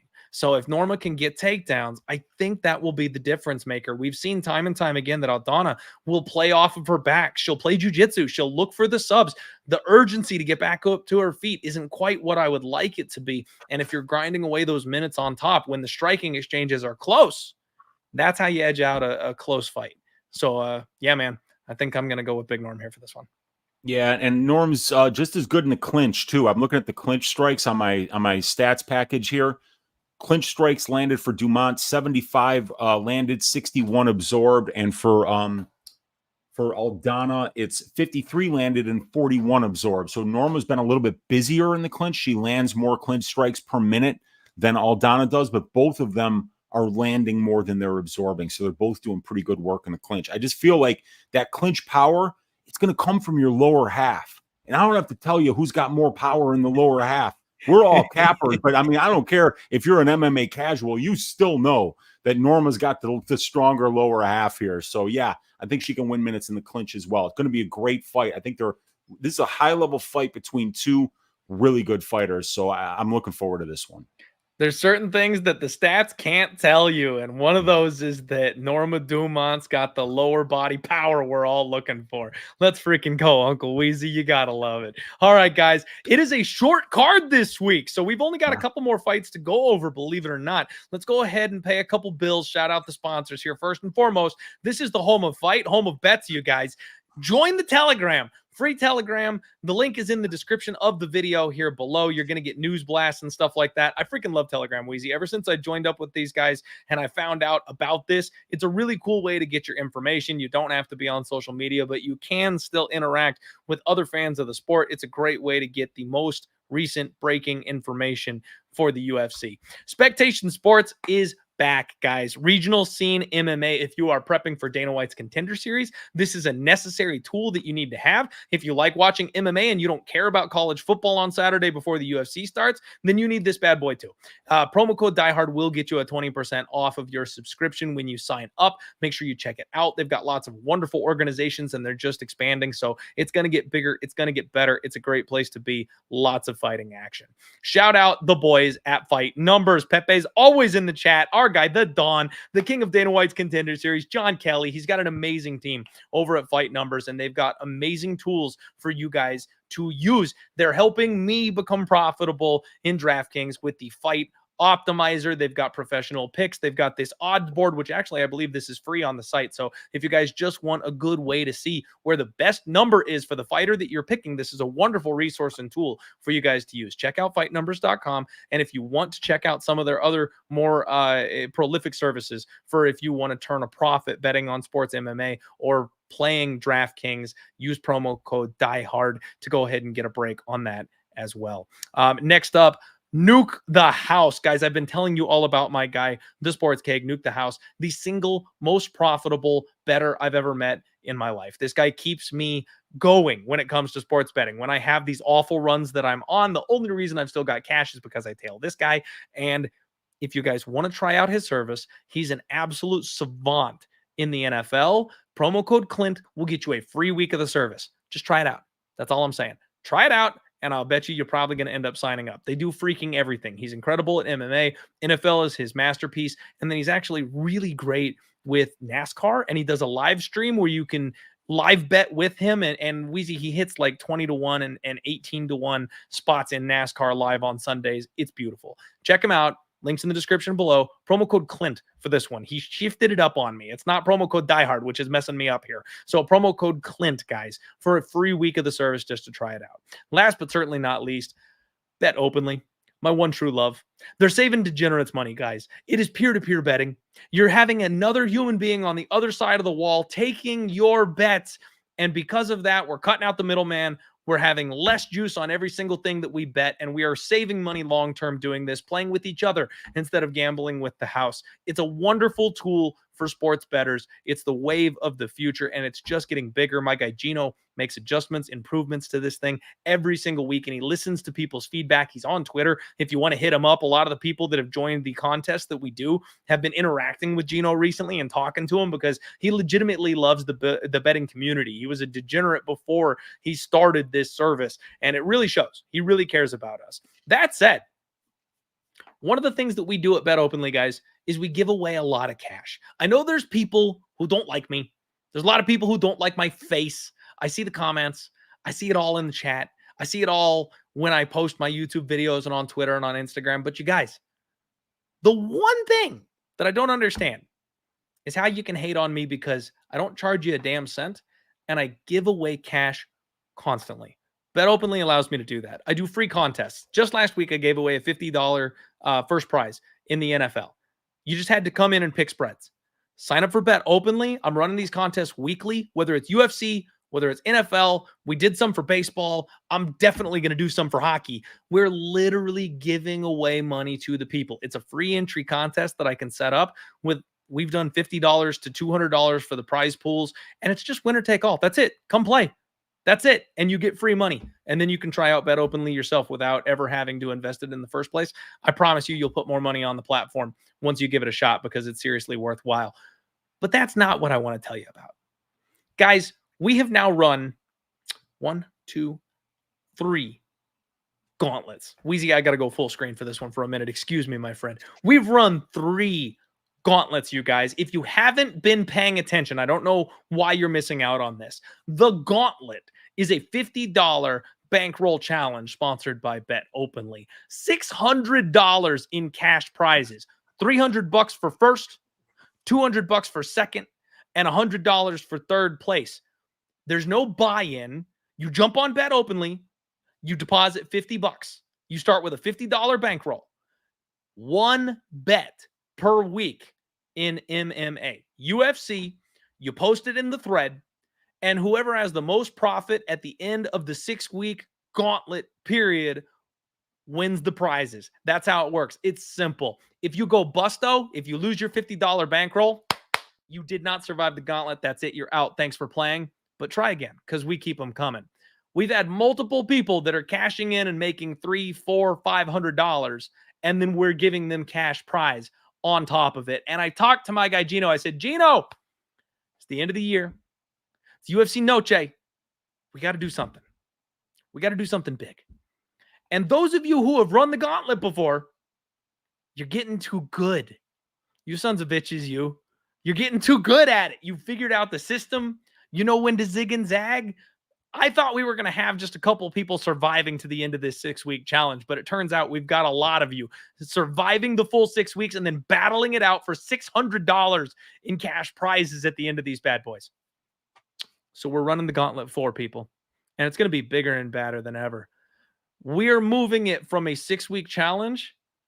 This time, the gauntlet 4 is a 10-week challenge. You have to survive the 10 weeks, manage that bankroll for 10 weeks, and then we've got $600 in cash prizes for you at the end of the run. So runners, welcome back. We're doing the gauntlet again. It starts week 1, UFC Noche. So if you guys want to take your shot at $600 in prizes on Bet Openly, use the link in the description below, sign up, deposit $50, and then look for me on social media. I will post the rules again for everybody on Twitter. If you're on Instagram, if you're on YouTube, I'm sorry, you guys got to make a Twitter and then come jump on my thread. That's the only way I can track everybody's plays is through Twitter. So come on Twitter, jump on, join the fun. It's an absolute blast. We had damn near 40 people running in the last one, and it's a good time. You get to compete with other people. You get to sync up MMA bets with people, and when you're right, you get to pound your chest and hit giant comeback parlays to take victory from the jaws of defeat and win free hundreds of dollars in cash prizes. It's a good time. Come hang out. Join the Gauntlet 4. Run this thing with us, you guys. Let's do it. And if you want them to keep coming, if you want the free money to keep coming, come play in the Gauntlet. We got to show Gino this is something that's worth doing. So come hang out with us. Come get some of this free cash, you guys. I'm going to welcome Wheezy back in, you guys. It is UFC Noche, UFC 306. Uncle Wheezy in the house helping us break these fights down. Thank you very much for bearing with me while I announce the 4th running of the gauntlet, you guys. Let's get into the rest of these fights. Next up, you have got Ronaldo Rodríguez. They call the man Lazy Boy, and he's taking on the Jamaican sensation, Osbourne. Wheezy, it's my first bet of the night. I finally pulled the trigger. I found one that I liked, and this is the fight that it's on. So those of you who are looking to fade me with how cold I've been running, here you go. Here's your first opportunity. I am laying the -130 on Lazy Boy in this spot here, Wheezy. I think I'm just done with Osbourne. Now, it pains me to say that because I love Ode. He's a cool dude. He's a good guy. Seems like he's a real genuine sweet dude. 32 years old. He's always been a bit of a middle-of-the-road type of guy, in my opinion. He's 3-3 in his last 6. He's got 5 fights in the UFC where he's lost, and all 5 of them have been by finish. 4 of those 5 have been in round 1. Wheezy, this guy comes out like a bat out of hell in round 1, and he looks to put it on you. If he doesn't finish you in round 1, very much like Jacqueline Almarim, he just don't got it for rounds 2 and 3, Wheezy. His weight cut is so massive. This guy slows down big time. I like his knees. I like the straight punches that he fires. But frankly, he is not a good grappler. He's never worked on it. He's never gotten that grappling ability up to par in the UFC, and that's bit him in the ass more than once. So if he doesn't starch you on the feet, he doesn't have the cardio, the durability, hate to say it, the heart, or the grappling ability to hang in there for the full fight. Now, one of the most painful bets I've ever lost, Wheezy, was Charles Johnson versus Osbourne, because it was just the slightest graze of the cup. It was a nut shot, and Ode pulled a veteran move and took the full 5 minutes. He was huffing and puffing. He was tired. It was already starting to roll downhill. And unless I'm mistaken, I think Charles Johnson took that fight on short notice. So he wasn't his usual cardio monster that night. And Ode got a fresh 5 minutes to go ahead and reset the clock on that gas tank. He managed to win a split decision that night, one that I firmly believe Charles Johnson still won. I thought that was a bad decision regardless. But if it wasn't for the grazing of the cup, I think Charles Johnson would have finished him that night, a lot like he did Joshua Van, deep in that third round. I just don't think he would have been able to keep up with him. So I'm out on Ode Osbourne at this point. In my opinion, he should be on a 4-fight skid, not a 2-fight skid. His opponent, Lazy Boy, Ronaldo Rodríguez, he's not a world beater, Wheezy. He's not the guy I want to write home about. He is 16-2, and that's a solid record at 25 years old. That's the thing that jumps off the page at me here. He's kind of like Joshua Van. He's so young. You see the flashes of brilliance in him already. He's got a ton of experience at a very young age, and that's the kind of experience you can build on moving forward, especially now that you're up at the UFC level. Now, Denise Bondar, the guy he beat last, I'm not a huge fan of. I'm not sure Denise Bondar really belongs in the UFC. I'll be honest with you. He's a guy that's really kind of flamed out since he got on Dana White's Contender Series. But the big thing is Rodríguez beat the brakes off of him. It was punishing. The way this guy just continued to come forward in every single exchange they got into, whether it was grappling or striking, he was just battering this man. It was a mercy stoppage, Wheezy. He finally got the back, took the neck, put him out. But it was getting painful to watch before that point because every single transition, he was finding ways to just batter this guy's chin. I love that. Lazy Boy is not lazy. He's got a chin on him like you've never seen, Wheezy. This guy is durable as all shit. Yeah. And that's the one thing. I don't want to say that he's a world beater, you guys. I'm not talking him up like he's the next big thing. He is durable, and he refuses to fuck off, Wheezy. Yeah. And that's what it takes to beat Ode Osbourne. Ode's going to have opportunities to crack this guy. He's going to be there to be hit in the first round.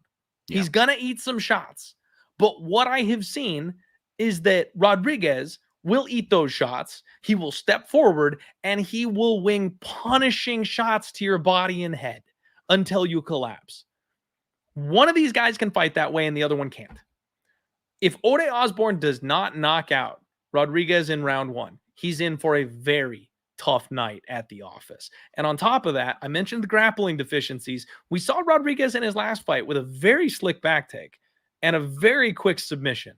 This kid's grappling is coming together as well. So I wouldn't be shocked if we just saw your classic Ode Osbourne curl up and tap. I think Rodríguez is going to exchange with him early, and we're going to find out real quick which one of these guys wants to be in that cage. I'm taking the slight favorite. I laid -130. Give me Rolando Rodríguez, Wheezy. What do you like in this fight? Yeah, this is a weird one for me because I'm not really high on either of these guys. But when it comes to Ronaldo Rodríguez, you look at the 16-2 record. You take a little bit closer look, could be 18-0. He could be 18-0. I thought he won the fight against Jerome Rivera on the Contender Series. I'm probably sure that most of the people in the chat who watched that fight agree with me on that. The other loss, split decision loss. So, but with Ronaldo, I think what his best quality is that he's got that dog in him. He's got that fight in him, right? And he's got serious durability. He loves to pressure, so he's going to have you backing up, and he's the kind of guy who could take your best shots and find his way in. And it might take a little bit for him to find his way in, but he finds his way, dude. He's 8-0 to the KO. He's 5-0 to the submission. This dude has never been finished. And then you look over at the other side, Ode Osbourne's been finished in all 5 of his UFC losses, and he's been finished in 6 of 7 professional losses. And yeah, he got finished by Manuel Kopp, and he got submitted by Asu Almabayev, but that's my boy. Yeah, and Asu is something else, man. I love Asu. Filio got one takedown, took his back, and then it was just a matter of time. Oh, Filio's so slick. Yeah, and both these guys have got great back takes. And Charles Johnson took the Ode Osbourne fight on 12 days' notice. And Charles slowed down late in that fight, plain and simple. That's something we don't ever really see Charles Johnson do, is slow down. Charles Johnson's another guy like Sam Hughes, who was a former steeplechase runner and was literally training for the Olympics. So Charles Johnson's a guy who's built his athletic career on cardio. That's the base. And then you could tell in the way that he fights, he's a great 5-round fighter. He can turn it up as the fight goes on. But I just watched that fight today. I actually scored it for Ode, but it was a fight that neither guy really won. Nobody really had any big moments. Nobody really did anything spectacular in that fight. They were just very well matched. And Ode kind of used his size really well, used his kicks pretty well to maintain range. And Ronaldo's extremely hittable. I think that there's a very high probability that Ronaldo Rodriguez loses this first round. But I think he's going to find his way in. You know, I think he's going to find his way in because that's what he always does. And if you do that against Ode, Ode's going to find that door. I don't know if it's the weight cut because he's a huge flyweight. And I don't know if it's a heart thing. I mean, he's been submitted 4 times and knocked out twice. So, you know, you can get it done in a number of different ways against this guy. You can find his back on the ground, and that's how we saw Ronaldo finish Bondar. And you can find this guy's chin on the feet. I mean, like Manel Cobb's jump knee was something special. I mean, that knocks out anybody in the division. But, yeah, I mean, like if I was going to bet Ronaldo Rodriguez here, I'd probably do it after round 1. I think that'd be the best way to get the best price on him. I think he's probably going to win the second and third rounds of this fight. But I think Ode is probably going to win the first. So we'll see if Ronaldo can get that finish here. But this is the right step up at the right time for Ronaldo because Ode is a guy with 9 UFC fights compared to only 1 for Ronaldo. Ode Osbourne's got 20 professional fights, but Ronaldo Rodriguez has 18, right? Ode Osbourne, 115 minutes of total cage time. Ronaldo Rodriguez has over 170. So this guy's 7 years younger, and he's got more cage time. He's been the more active fighter recently. And he's probably the better finisher. 75% finish rate for Osbourne as a professional, 81% finish rate for Ronaldo Rodriguez as a professional. So, like I say, I think maybe this first round is close. Ode probably wins the first round with the 8-inch reach advantage, being the southpaw, having a good range management, and Ronaldo Rodriguez showed 37% distance striking defense in the Bondar fight. That's not good. That is not good. He's very hittable. He's not worried about defense, Weezy.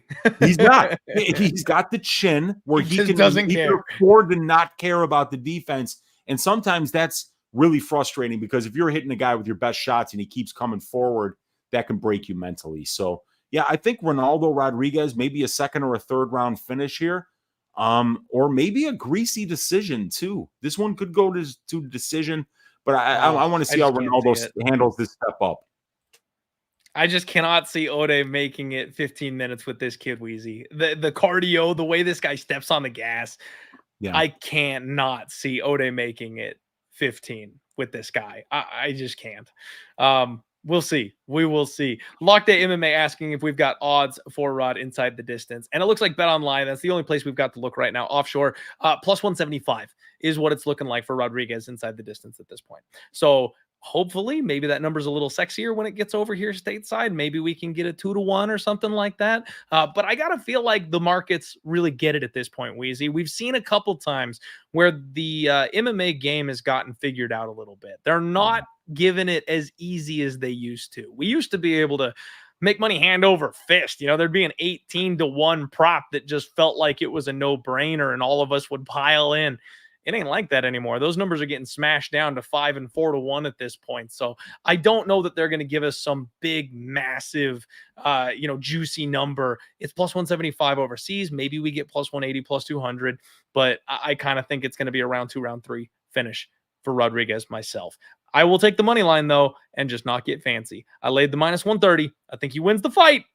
That's it. That's all we're doing. Oh God, Nigel, I don't want to get canceled, buddy. He wants me to read his comment. He did the whole we from the delegation. Yeah.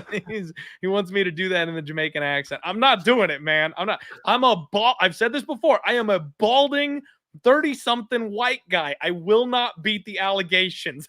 I'm not going to step into that one, man. You're trying to get me in trouble over here. All right, next fight up. We got Daniel Zellhuber, and he's taking on Esteban Ribovics. Weezy, I don't know if you saw. I posted a clip on Twitter today and on Instagram. I posted it up on social media.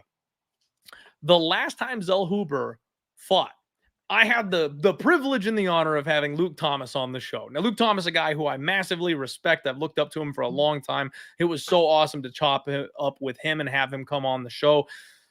Daniel Zellhuber is a guy who I've been a little wary of. It's a lot like the Bahamondes situation where it feels like the UFC's got something here, but I'm just not quite sure. He's 25 years old. He's fighting out of Extreme Couture, and he was a 3-1 favorite over Francisco Prado. We've seen Daniel Zellhuber sometimes throw the book out the window. Sometimes he'll just make bad decisions, and he won't use the height and reach that he's got, the God-given talents and gifts that he has. He just doesn't use those, and he gets into a slugfest. And we've seen that kind of bite him in the ass a little bit. You know, Trey Ogden managed to win a fight off of this guy, and it really kind of surprised everybody. He's taken some big shots from guys like Lando Venata. It was a question where I was like, man, I really like Francisco Prado Weezy, and he hits really hard. I said Daniel Zellhuber has to fight the perfect fight for him to win this. So there's no way I'm laying minus 250 because I'm almost never going to bet on somebody to fight the perfect fight. He did it, Weezy. That was a masterpiece. He went out there and he painted on Prado's face. Like, that man's left side was completely destroyed. He was swollen and bloody and chopped to bits. Never once did Zellhuber get out of his comfort zone. Never once did Zellhuber make a wrong step. He beat the brakes off of Prado. It wasn't even close. And I find it interesting that Francisco Prado is an Argentinian fighter. The UFC is trying to tap into all markets at this point. They're going back to back, man. Esteban Ribovics is the most exciting Argentinian fighter on the roster right now. 13-1. He's 28 years old. So similarly, he's very young and he's got a lot of upside. He's coming into his prime right now, and he looks like an absolute monster. Weezy, I've been on this guy. After he ruined my day with Camuela Kirk, I went, you know what?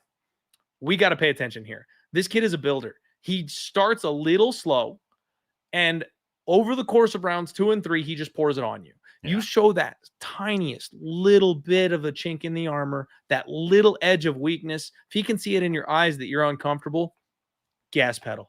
This kid just goes, and he knows how to break people. He's got vicious killer instinct. He's got power in every limb he's got, and he just stays in your face. Weezy, I said I want to wait for him to survive the round 1 onslaught from Terrence McKinney, and then I'll get involved. Yeah. I'm looking for get out of the first 3 or 4 minutes here with T-Rex, and then I'm just going to dump my bankroll on this kid live between rounds because we know what happens to T-Rex when he doesn't get the first round finish. It lasted 37 seconds.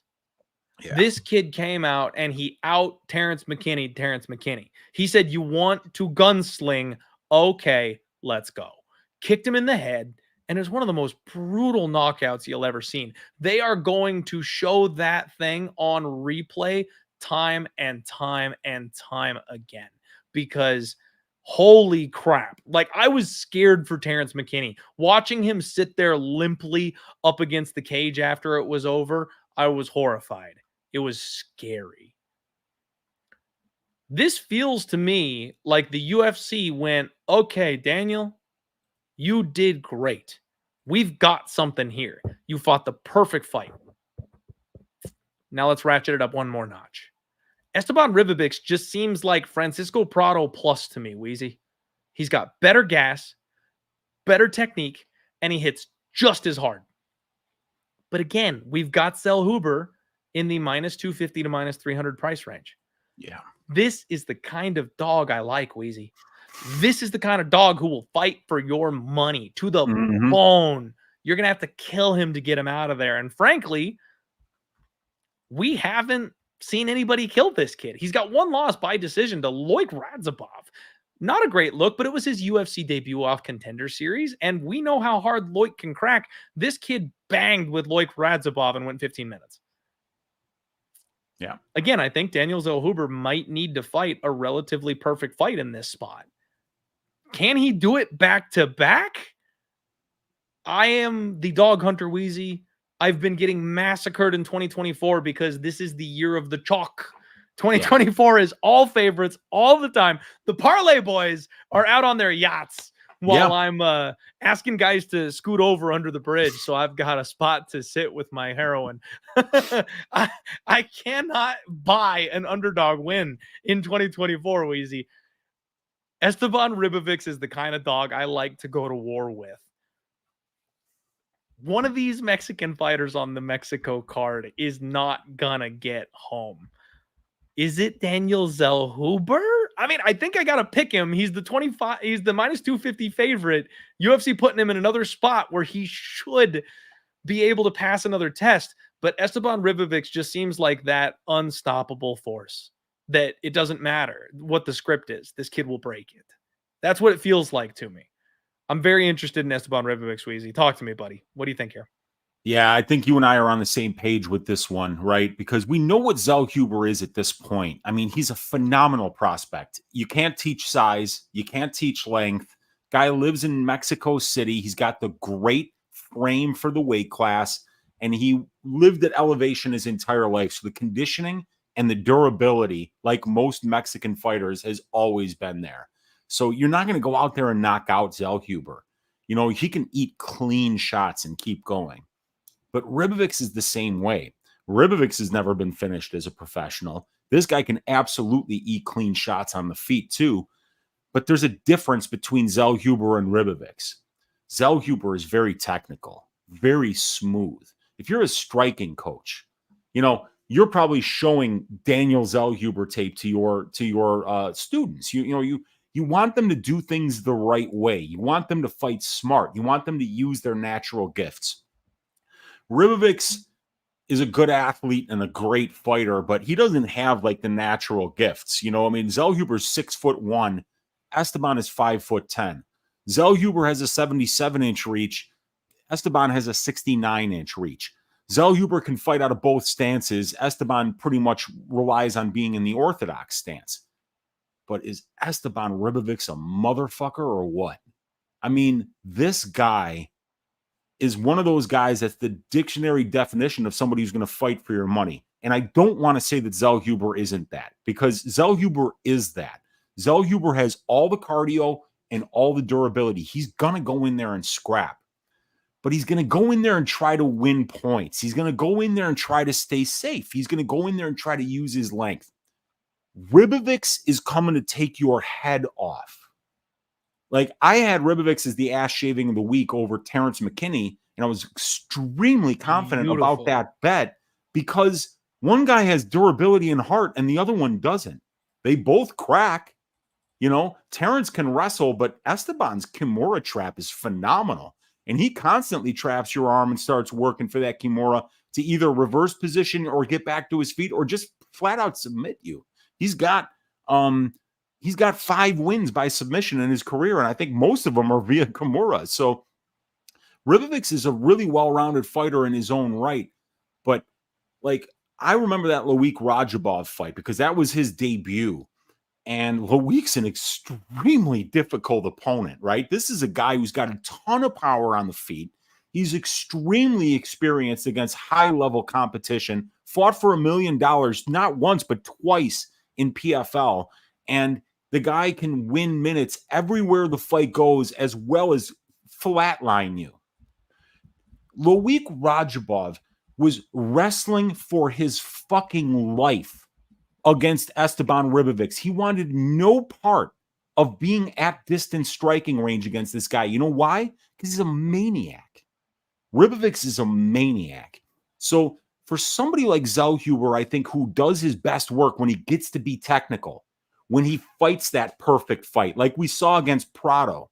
And the Prado win didn't impress me because I saw Prado go out there and take a shit for 15 straight minutes against Jamie fucking Malarkey. I know we took the fight on short notice, right? I know we had to fly from Argentina to Australia. Those are nightmare circumstances to make your debut under. But for Christ's sake, the guy didn't show any heart, any aggression in that fight. So sometimes Prado can go out there and just lay an egg. And if he did that against Zellhuber, if that was the Prado that we saw, and I think it was, I think Prado is the kind of guy who needs to have the confidence that he can take your head off. I know that Esteban is not going to be afraid of Zellhuber. I think he's going to crash that pocket. I think he's going to pressure Daniel, and I think he's going to make this an absolute war. And I think Esteban's going to be better in a war. And I think that if Zellhuber tries to grapple, I think that's when Ribovics is going to find big shots. I think he's going to be able to sweep him. I think he's going to be able to get back up if he gets taken down. And I think he's going to land big shots in scrambles. That's where I see Ribovics really looking to be aggressive, is that when you try to take Ribovics down, he's not worried about stopping the takedown. His takedown defense is bad. He's worried about offense, the Kimura trap, landing shots when you're separating from scrambles. That's where he really excels. So this is the kind of underdog that you can lose money on and feel really good about the bet afterwards, because you know you're getting a guy that might absolutely murk this dude. He might just want it more. And when somebody wants it more and they go out there and win as an underdog, it's so satisfying as a grappler and as a gambler. And Ribovics is the kind of guy that can bring you that plus 210 win where he just breaks you in half in the third round. And I'd love to see that. I think I'm going to be betting Esteban Ribovics money line this week. He might be my dog of the week this week. Wow. I love it, Wheezy. I love it. So he's not my dog of the week. He's not my dog of the week, but I think he's a very good dog. And he's one that should be paid attention to for sure. I'm tempted, you guys. I haven't bet it yet. I'm tempted, though. I do want to shout out our guy Nigel Lee in the chat, and he does say to make sure we mention the Kimura. And that is a thing that Esteban Ribovics is extremely proficient with, is the Kimura attacks, sweeps, submissions, on top, on bottom. Like, he just is an expert from that position, and it's definitely a great weapon. Now, I'm not sure how useful it'll be in this fight, considering he's not facing somebody who's likely to mix in the grappling very much. I expect this to be a striking point fighting affair, so I don't know how much it's going to come into play, but it's a good note. It's something he's always got in his back pocket. It does bear mentioning. It's going to be a good fight, Wheezy. That one's a hell of a banger, and I almost, it's interesting because, like I said, I mentioned my show with Luke Thomas and what he thought of it, and how he said that the UFC seems like they're booking a kid that they go, hey, we got something here. That's what that feels like. This feels like a win-win to me. You know, you've got a guy who just highlight reeled the highlight guy. You know what I mean? Yeah. The UFC is not stupid. They will absolutely cash in on that if they can. I don't know the UFC is buying or selling on anybody on this one. I think they're going, who wants it? Sink or swim. Who wants it? Dude, this is a pay-per-view card, Clint, and they're taking pay-per-view guys. You're taking a big-time prospect in Zellhuber who's still young, who's very good, against a guy in Ribovics who's going to give you an awesome, fan-friendly fight every single time. This is exactly the kind of fight, if I were a matchmaker, my mouth would be watering getting this fight on a card in front of a live audience where I'm trying to make a great impression on MMA fans. I think you get guys like Ribovics out there. You get guys like Loco Torres against Bahamondes. You get guys like Raul Rosas Jr. on the card, Yazmin Jauregui on the card. They're going all out. These might not be the biggest names in the UFC, but this is the matchmakers taking the most mouth-watering matchups on the card and putting them on a pay-per-view card for us to enjoy. I think that these fights are going to be fire on Saturday. I agree, Weezy. These are going to be fun. It's just interesting to me, though, that you know, sometimes you can sniff out the angle. Sometimes you can tell who the UFC's propping up. I don't know that they're propping anybody up in this one. The fact that they're going back-to-back Argentinian opponents for this kid, I feel like that says we're okay if the Argentinian wins. You know what I mean? Yeah, maybe. It's an interesting spot. It's an interesting spot. All right, guys, moving along. We've got 3 fights left to go. Next up, you've got Brian T. City Ortega. He's taking on Diego Lopes. This is not the one that got away so far anymore, Wheezy. They're back. They're rebooking it. It's happening. God, please, fingers crossed. I want to see this fight, Wheezy. We had talked about this one a couple weeks ago. Unfortunately, it fell apart.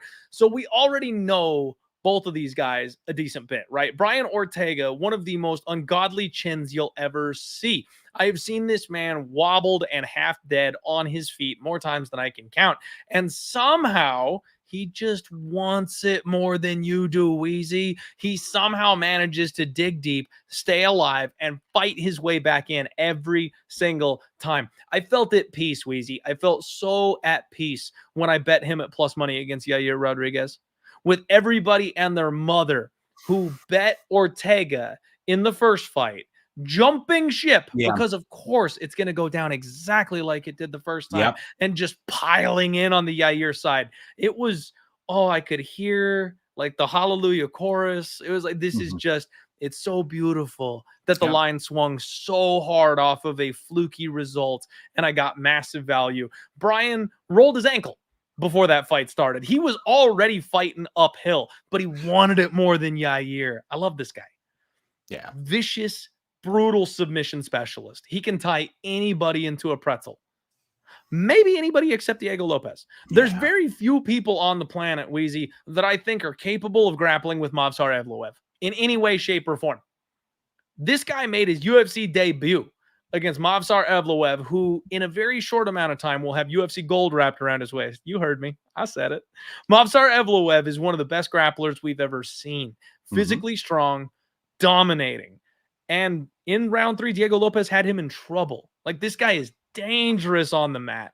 I'm not expecting either of these guys to get submitted in this fight, Wheezy. They're both too fucking good on the mat.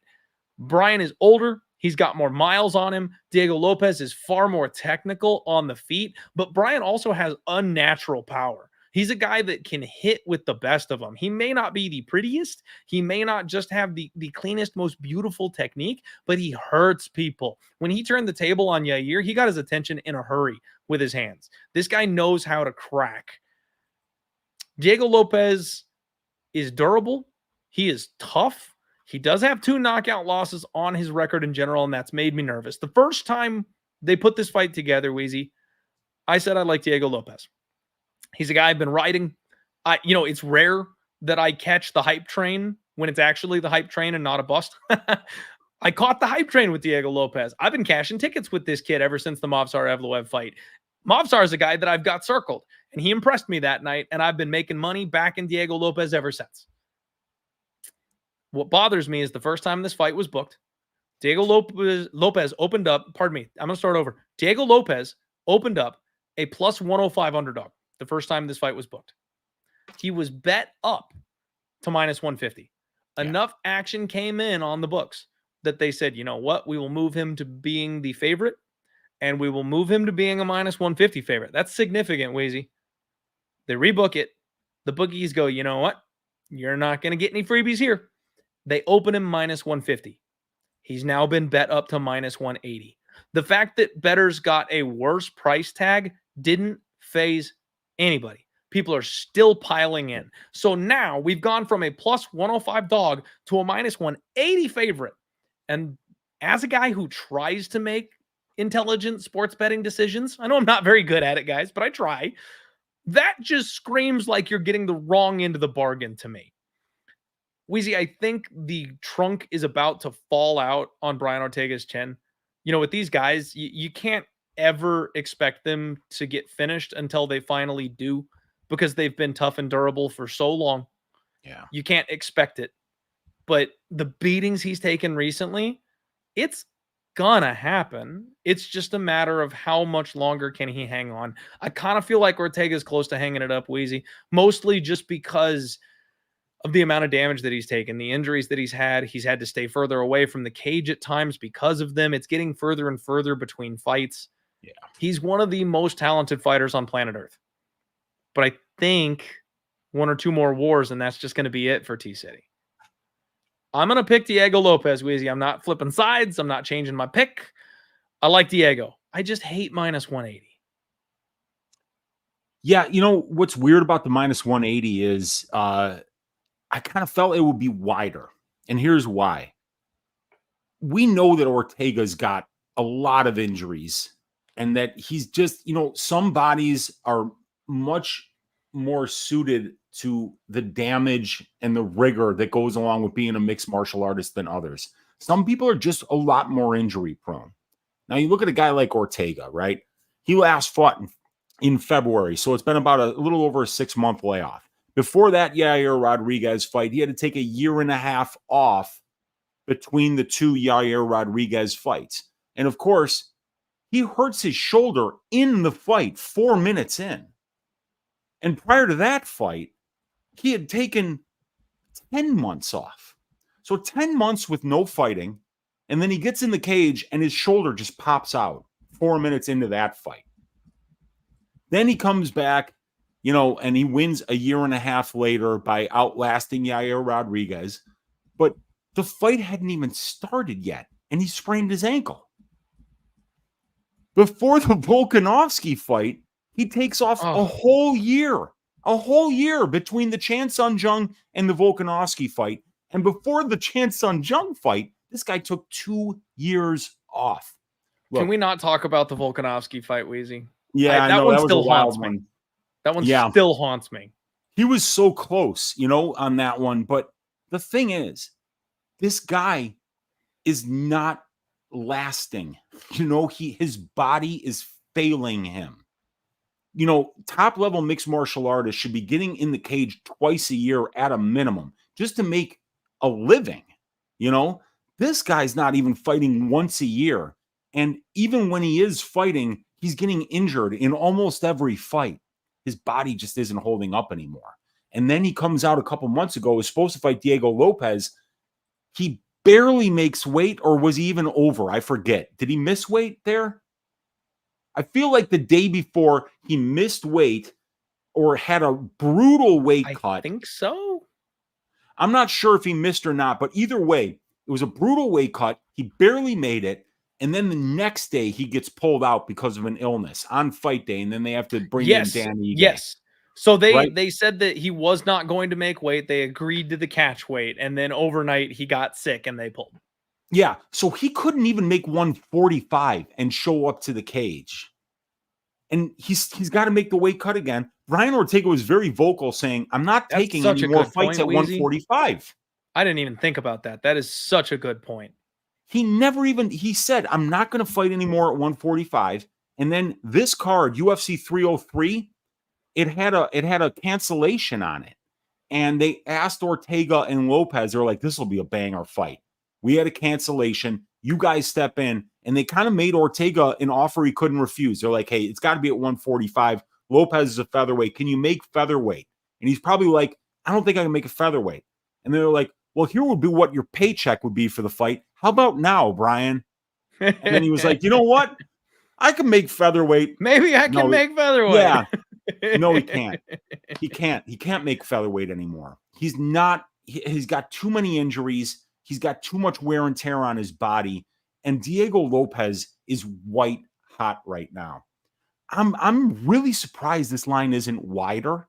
And it makes me believe that something's going on here, frankly. I feel like Lopes, I don't think people are taking into account the fact that this guy Ortega might not be able to make 145 pounds anymore. And if you're not able to make the weight, then you're sure as hell not able to produce or fight at the level you need to fight in order to get a win over Diego Lopes. I don't care that he's fought better guys before. I don't care that he's got the better wins. I don't care that he's been in there against the better level of competition. Right now, I think Lopes is the better striker. I don't have any faith in Brian Ortega's offensive wrestling in order to be able to win minutes in the grappling exchanges here. And I have even less faith that Brian Ortega is going to be fit to fight a hard 3 rounds on Saturday than Diego Lopes is, who's hot right now, who's making 145, who's going out there and getting good wins and getting impressive finish wins early in fights. So maybe this goes to full 15 and Ortega out minutes him, but I'm not sure how. I don't think he's the better striker. And I don't think he's going to be able to win the minutes on the ground either. And even if he does get takedowns, I think he'll be defending submissions the entire time that he's in this guy's guard. So I like Lopes here. Yeah, I'm with you, Weezy. I like Lopes too. It's a question mark of how do I approach it, because like I said, I don't like that price tag necessarily. So don't be shocked if he ends up in a parlay or something like that to try to justify bringing that number down if I end up playing him, because I'm probably not going to chalk up and lay the minus 180 at this number. We'll see what happens. I'm glad we're picking the same side. Got to roll with the guy. Got to stick with the younger fighter, stick with the more active fighter, stick with the more durable fighter. Let's go Diego Lopes. All right, guys, co-main event. Alexa Grasso, she takes on Valentina Bullet Shevchenko. The rubber match, Wheezy, the third time around. This is such a fun fight, and it's been fun every single time they've done it. Like, these two, this is a rivalry that was a lot like Figgy and Moreno for me. They can run it as often as they want to. I'll watch every time. This is such a good fight. Grasso is 16, 3-1, 31 years old. She's in her prime. And you know what? She was my hidden gem, Wheezy. Right about the time she fought Ji-Yoon Kim, I went, this girl. I was like, there's something special about this girl. And I've been riding the Grasso train for a minute. When she fought Viviane Araújo, it was, okay, she's ready. You know what I mean? Like, hair blown back. She's ready. And I actually was one of the few, I believe, who was lucky enough to cash in on the submission prop against Valentina Shevchenko. It was a beautiful night, cashing a plus 300 ticket, I want to say, on the money line for Alexa Grasso. She was completely counted out in that fight.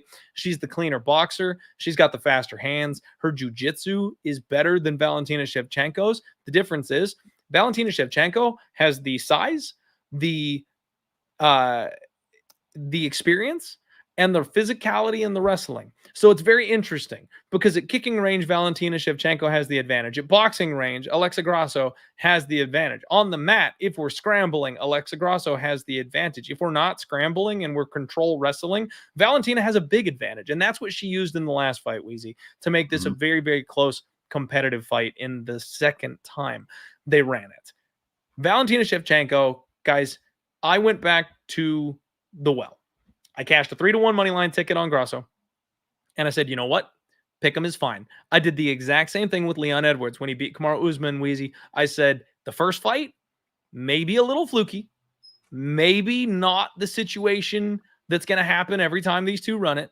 However, the younger fighter will gain confidence from that. The older fighter will continue to age. And the younger fighter will prove that it's their time.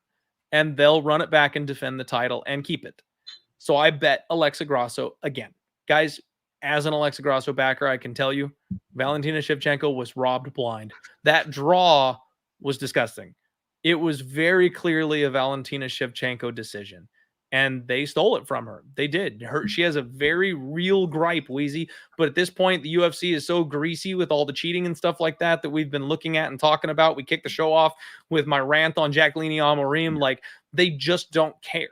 They're looking to make money, and they'll step on your throat to get it. The UFC's made it very apparent that that's their way of dealing with things these days. So they robbed Valentina blind. Not a problem. Let's run it back on UFC Noche then. Why don't we? Yeah. Guess what, guys? They want Alexa Grasso to win this fight. She's a superstar in a market they're trying to corner, and she's the next wave.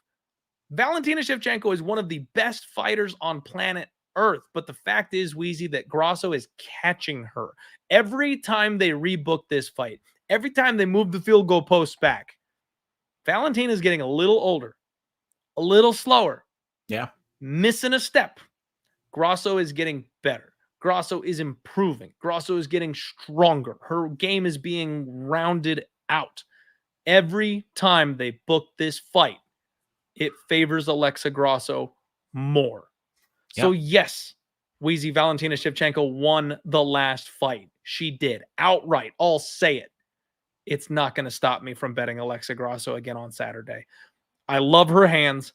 I love the boxing. The way she hurt Valentina Shevchenko in the last fight. This is a girl who's had multiple fights with Amanda Nunes. She got stung more by Grasso than she ever did against Amanda. Yeah. Her durability's cracking, Wheezy. We can see it. It's Grasso season, and I wouldn't be shocked if she keeps it off the judges' scorecards this time again. I like Grasso. And bold prediction, Wheezy, it won't be a sub this time. Grasso's going to knock her out. Yeah, I mean, do you not think that, I mean, I know that Mexico is a pretty big market, but what about Kyrgyzstan? You know they're bringing the UFC to Bishkek at some point, right, Clint? I mean, like, and who better? Name another Kyrgyzstani fighter on the roster, Wheezy. Just one. Give me one more. Okay, I'm gonna give you what's the kid's name? Miktabek Oralbai. Is he Kyrgyzstani? Ooh, I love Oralbai. Is he? I know he's Central Asian. Like, he's not from Uzbekistan. I don't think he's from Kazakhstan. He is from Kyrgyzstan. Yes. Wheezy, yes, absolutely nailing it. Bishkek, Kyrgyzstan. Stand up, baby. It's the next major market in the UFC. So this could be Shevchenko's fight. Look, I think he's booked next week, Wheezy. Yeah. I think they're really well matched. Really well matched. I mean, Valentina is not somebody you worry about where you're like, oh, she's 36. She probably drops off a cliff here. You know that Valentina is always going to be working hard. She's got the work ethic. She's a well-rounded fighter. She's been through the ringer. She's fought everybody. And Grasso is somebody who's still only 31 years old. She already beat Valentina, finished her in the 4th round with a rear naked choke. Then it was a very close fight, back and forth fight where Valentina, but you know what really kind of worries me about Valentina is that she doesn't seem to have as much confidence in her striking as she used to when she first came into the UFC. And I know Alexa's good there, but Valentina is a very sharp and accurate counter striker. Very accurate. 45.7% accuracy at distance, 68.6% defense, right? So she's 7% better on her defensive numbers at distance, and she's 6.5% better with her accuracy at distance. The thing is that Grasso throws a lot more volume because she's a boxer and because she works her way into the pocket. She can throw more with her hands than most people can with their feet. So she's going to out-volume Valentina. Valentina's going to want to stay at distance striking range and then time those takedowns when Alexa tries to get into boxing range. And it's a good strategy against Alexa. Why let her get comfortable in boxing range where she does her best work?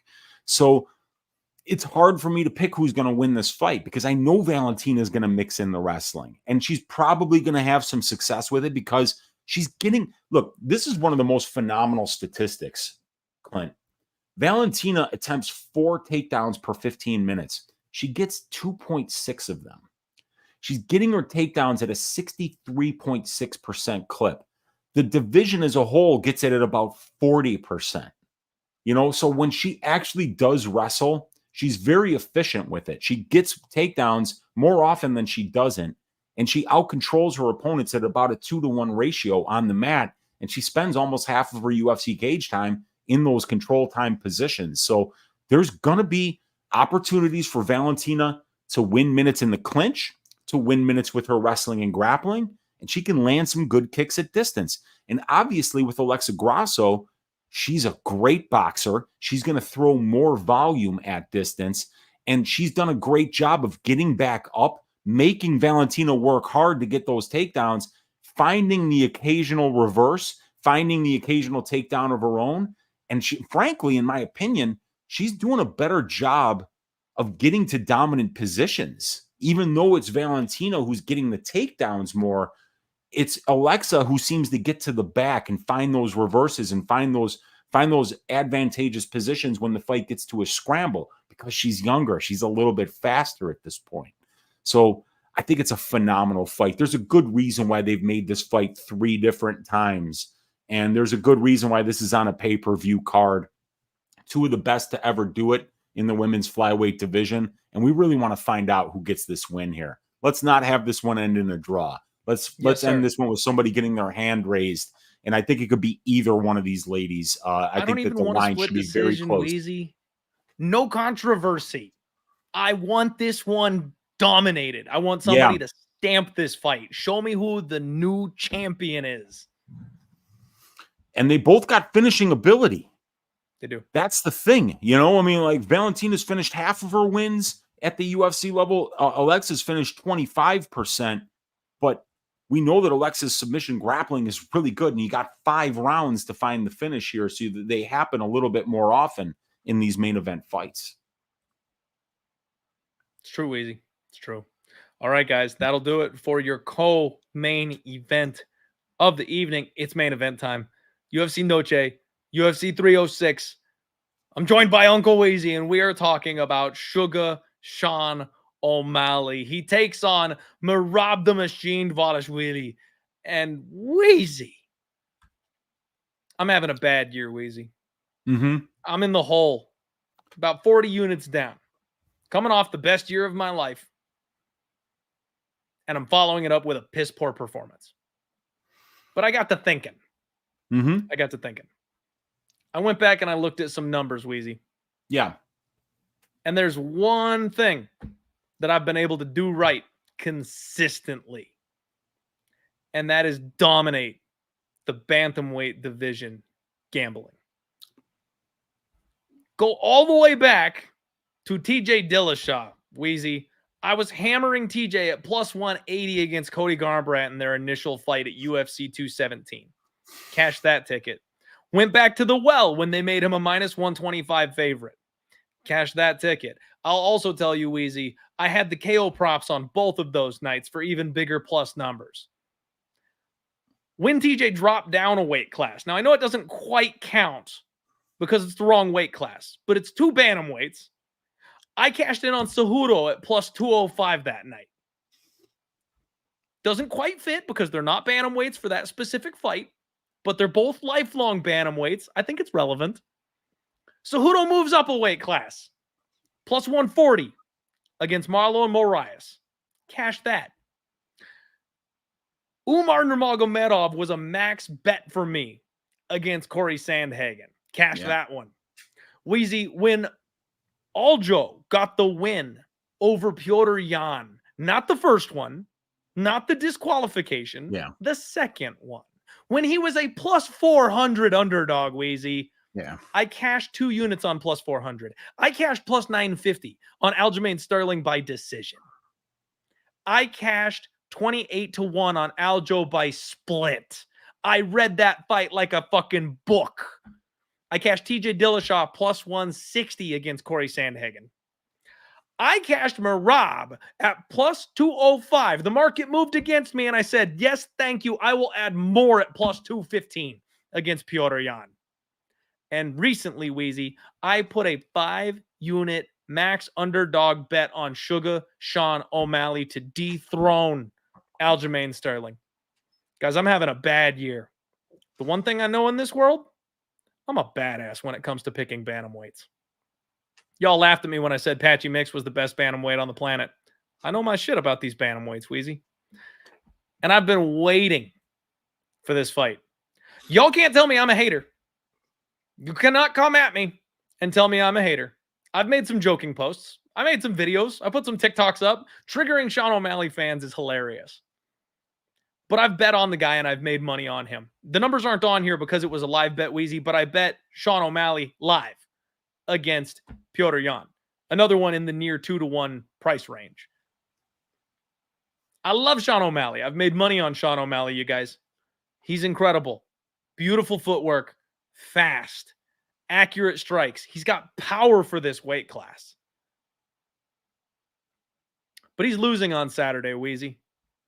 He's fighting Merab the Machine Dvalishvili. And this will be your Link Memorial Dog of the Week, folks. Merab opened up as a minus 200 favorite, Weezy. I've said it before. It is disrespectful to make the seated champion an underdog. The man with UFC gold wrapped around his waist saying, no. He's not the favorite here.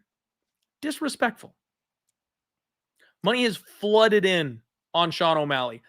Weezy, when these guys catch fire, when Conor McGregor was at the peak of his powers, what happens?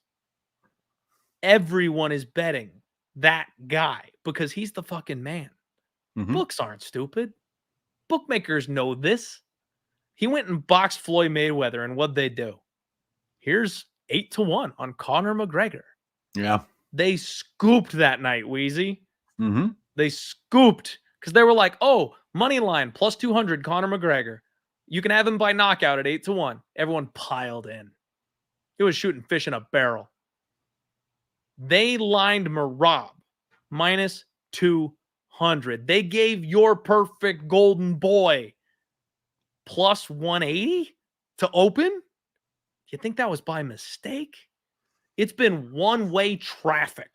The line has flipped, Wheezy. We finally hit even money, and they kept pushing.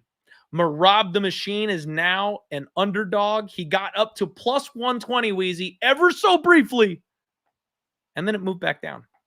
We finally found that point where there's willing to be some resistance. Plus 110, plus 115, plus 120. This man was opened as a favorite by the people who know, by the people who don't fuck up, by the people who don't make mistakes. And now he's an underdog. I will happily take the dog line on the Machine, Wheezy. I called the knockout upset Sean O'Malley over Aljamain Sterling. Why? How? Aljamain was the worst case scenario, right?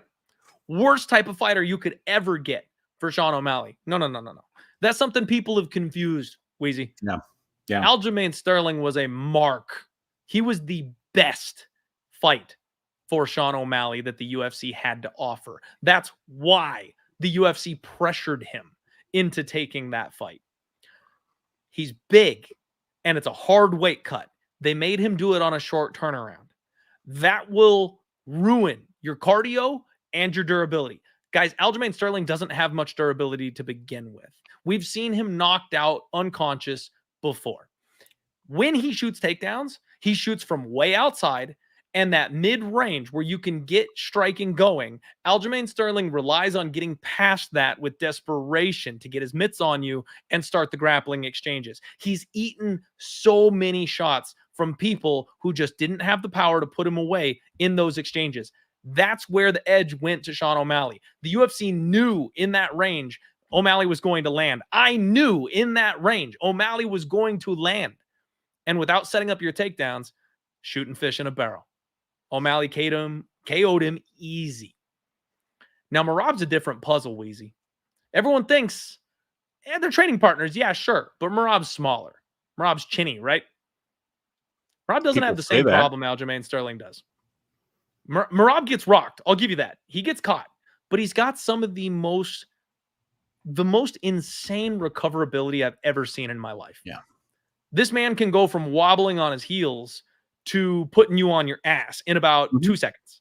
He recovers so fast. It's unnatural. And on top of that, he closes distance with strikes, Wheezy. This man does not run face first. He doesn't do this, trying to shoot for a knee to get into range the way Aljamain Sterling does. He sets up those takedowns. He makes you think about his hands. He cuts angles. He gets your brain working, and then he pressures you.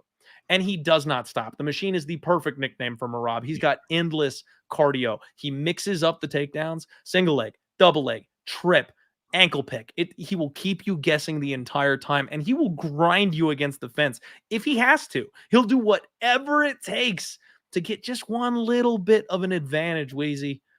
He's better than Aljamain Sterling at that.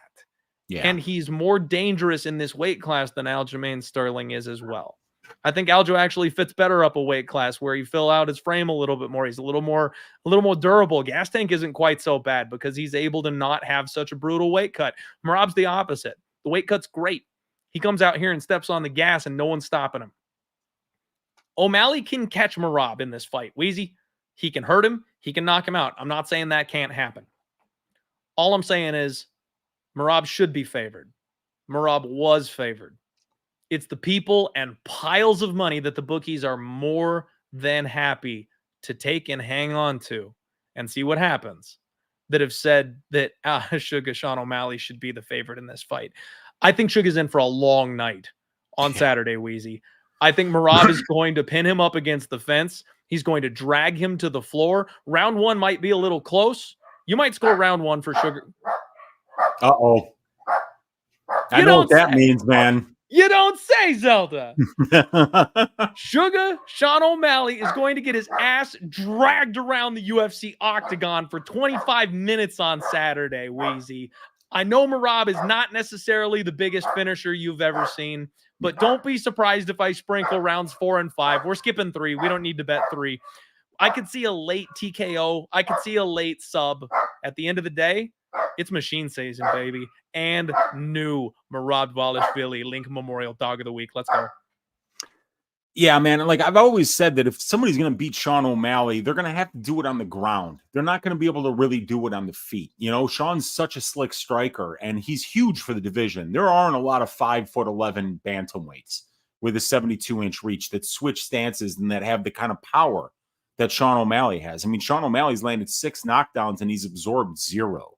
He attempts 13.6 distance strikes per minute and his opponents only attempt 9.9. And then if you look, you're talking about a 12-fight sample size at the UFC level, 125 minutes of cage time. 110 minutes of that 125 have spent at distance striking range. That's extremely important to mention. That's such a big part of how you handicap this fight. Sean O'Malley's 10-1 in the UFC because he stays at distance striking range. He's good at staying there.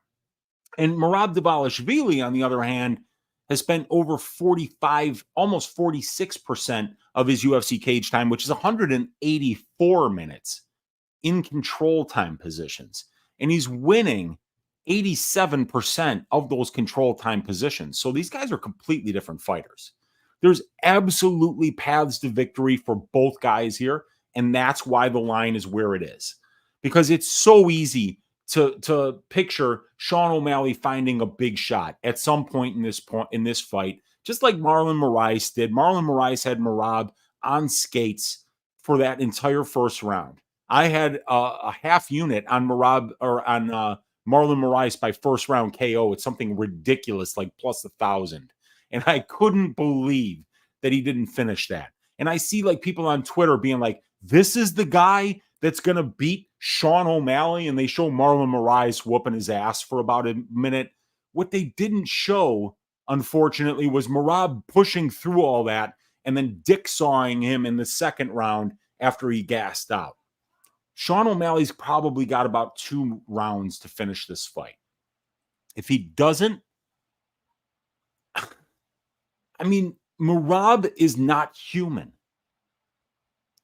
We say that, you know, in order to be a champion, you've got to be great at something. It's just not good enough to be really good at everything and then just not having weaknesses. You're going to have to excel somewhere. And Merab doesn't really excel anywhere technically, right? His striking, it's okay. His takedowns, they're okay. They're not brilliant or anything. This guy's not going to win any medals in a freestyle wrestling competition, okay? But how many people have ever attempted 50 fucking takedowns in a fight? That's never happened. And that is something that nobody can do. It's not possible.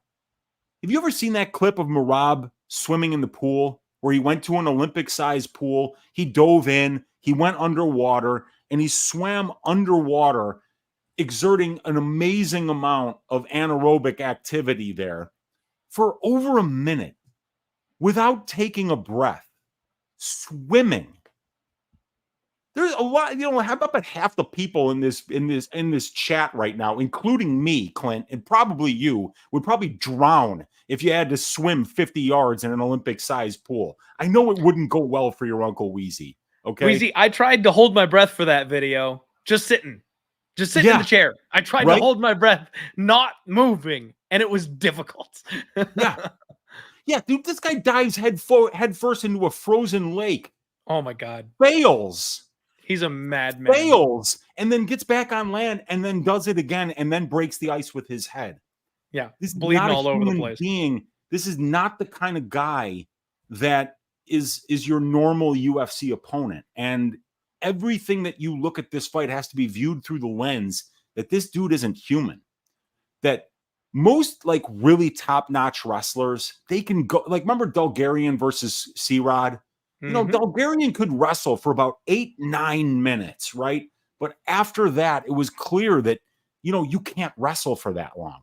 Dude, Merab could wrestle for 100 minutes straight. He's never going to fuck off. He's going to be on you like stink on shit for the full 25 minutes. Sean's going to need room to operate. Merab is not going to give him that room. And if Sean doesn't find the big shot early, the potential for him to find that shot in the third round goes down. In the fourth round, it goes down even further. And in the fifth round, it's almost non-existent, because the problem is that you could find that shot in the fifth round against a gassed wrestler who now is just like, I've attempted 42 takedowns. There's literally nothing left. Merab is just going to shoot 43, 44, 45, 46, 47, 48, 49, until all of a sudden you look up and they're like, hey, the 5 rounds are over. And this guy was just, you were wearing this guy like a cheap suit for the full 25 minutes. Yeah. Yeah, I think I could hold my breath for a minute for Norma Dumont, you know. Yeah. For my audio listeners, Jeff says I swam underwater for 200 yards, but that's because I was chasing Norma Dumont. I'm so sorry, Weezy. I broke the flow because it was too good. Yeah, and Muhammad's saying I could do a lot more than what Merab did in that pool. Not really all that hard. I disagree. Maybe you're a phenomenal swimmer, Muhammad, but let's see you go in the cage and attempt 50 takedowns against Peter Yan without getting knocked out. That would be another different story altogether. And the point that I'm trying to make is that obviously this dude's cardio sets him apart. It's if you were to like, it would be what a statistician would call an outlier. You know, where you've got 99 out of 100 people and they're within a predictable range. And then there's this one person up there that it's like, there's something physically different about that person that allows him to be able to perform at that level. And otherwise it wouldn't be possible. So I think Merab has that type of skill set to give Sean O'Malley the type of fight where he cannot get comfortable, where he can't find that big shot on the feet, and where he doesn't have enough minutes to work at distance striking range in order to be able to bank enough rounds to win this fight if he doesn't get him out of there. Now, obviously, Sean O'Malley finish only prop, I think, is a great way to play the O'Malley side, because I don't think Dvalishvili is finishing him. And I think Sean's takedown defense, Brazilian jiu-jitsu, and get-up game are really good. The problem with that is that works when somebody eventually gets tired and stops wrestling. You know, Merab's not going to get tired. I don't care what anybody says. You're going to have to put him in a body bag in order to get him to stop shooting takedowns. And if he doesn't stop shooting takedowns, Sean O'Malley's going to be playing defense for the full 25 minutes, and he's not going to be able to win this fight. I don't see how Sean scores enough to win a decision without finishing. Yeah, it's hard. The way that Merab fights, it's just so hard to get offense off against this guy. He's only absorbing 2.4 significant strikes per minute, and that's over 184-minute sample size of UFC time. I mean, that's he's not taking damage. I'm with you, Weezy. Yep. It's Merab season, folks, whether you like it or not. It is and new. Merab the Machine Dvalishvili this weekend. Weezy, that'll do her, baby. That was a long show. We somehow managed to go real deep on this one. We only had 10 fights to talk about, but they were so good. I hope you guys enjoyed the breakdowns. Hope you enjoyed the knowledge. Hope you can use that knowledge to win some money this weekend, regardless of my personal results. That's the point of the show. Bring you guys guests, give you tools to make cash betting on the UFC. Weezy, my friend, now is a wonderful time for you to go ahead and let the people know how they can support you, what you've got going on, any other shows you've got going or anything like that. Please, the floor is yours, my friend. Go right ahead. Yeah, it's a pay-per-view week, so I'm going to take a lot of this material that I normally just put on the Patreon for subscribers only and put it out there for free on YouTube. I'm going to do balls deep breakdowns either late Tuesday night or Wednesday afternoon, where we're going to go for 2.5 hours, and I'm going to read my 70 to 80 pages of notes that I have on these fights. Of course, they're double spaced and they're in 16-point font, so my old eyes can read them. So it's not like actually 70 pages of shit, but either way, I put a lot of work into my fight breakdowns. Clint, I've sent you my stats before. You see how in-depth they are. Some of the best in the... No, not some of. Sorry, Weezy. The best. You guys, it doesn't get more in-depth than what Weezy has to offer. If you're betting, it's an amazing tool. Yeah, and I offer all that in my Patreon, either $10 or $25 a month. I send out really, really complete stats packages that could give you all the possible ways to look at fights. You got tail of the tape, you got pro and UFC experience, finish stats for and against, record to the KO, submission, and decision. significant striking offense and defense, distance striking offense and defense. Look at that handsome dog. That's Zelda. She wanted to say hi. Yes. Hello, Zelda. Strength of schedule stats. I've got betting models for over-under bets. I've got betting models for all the prop bets. I put out like 70 pages of write-ups every single week. So if you're a do-it-yourself MMA gambler, signing up for my Patreon is going to give you access to incredible information that really isn't available anywhere else. So check me out on Patreon. Check me out on my YouTube channel, Uncle Wheezy. Me and Brady, we do Stat Diggers every Sunday night on DFS by the Numbers YouTube channel. Clint, it's always a pleasure to come on, chop up these fights with you, my man. You're one of the best in the game. You've been doing this for a very, very long time. And I don't think a lot of people out there understand what kind of a commitment and work goes behind the scenes to be a content creator in this space. It's easy to win bets sometimes, but when you're actually going out there and creating the content as well, it puts a lot more work that people don't see behind the scenes. So thank you so much for showing up every single week, doing free podcasts with some of the best guests in the business, and putting, hours worth of your time out there for free for the betting community. It's something I've been doing not nearly as long as you have, and I'm very tired. So thank you for the commitment that you show to this space here. You're a shining light in this business that we do here, man. Oh, that means the absolute world to me, Wheezy. It really does. I do it for the people. I am a man of the people.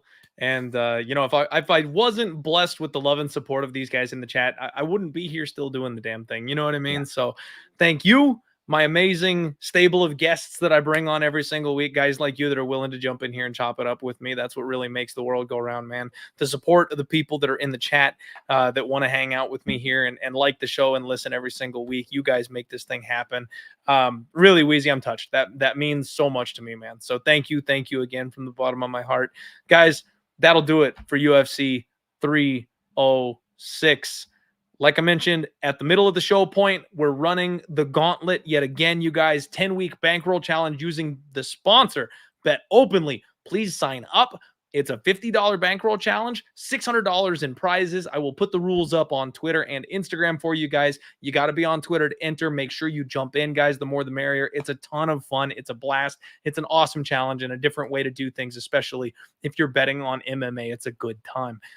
We, of course, have extra shows this week, Wheezy. It is a pay-per-view fight week. Yeah. We've got the Total Takedown on Thursday, the Undefeated post-weigh-in show on Friday, and I will have my guy, Andrew from Superbook Sports. He will be coming on the pod for the Sharp Action Report on Friday. I know you guys love that one. So just some more information for you guys. Get out there, kick some ass this week, make it a good one. And thank God football's back. Go Vikings, baby. 1-0 to start the year. Let's freaking go, Weezy. I'm feeling good.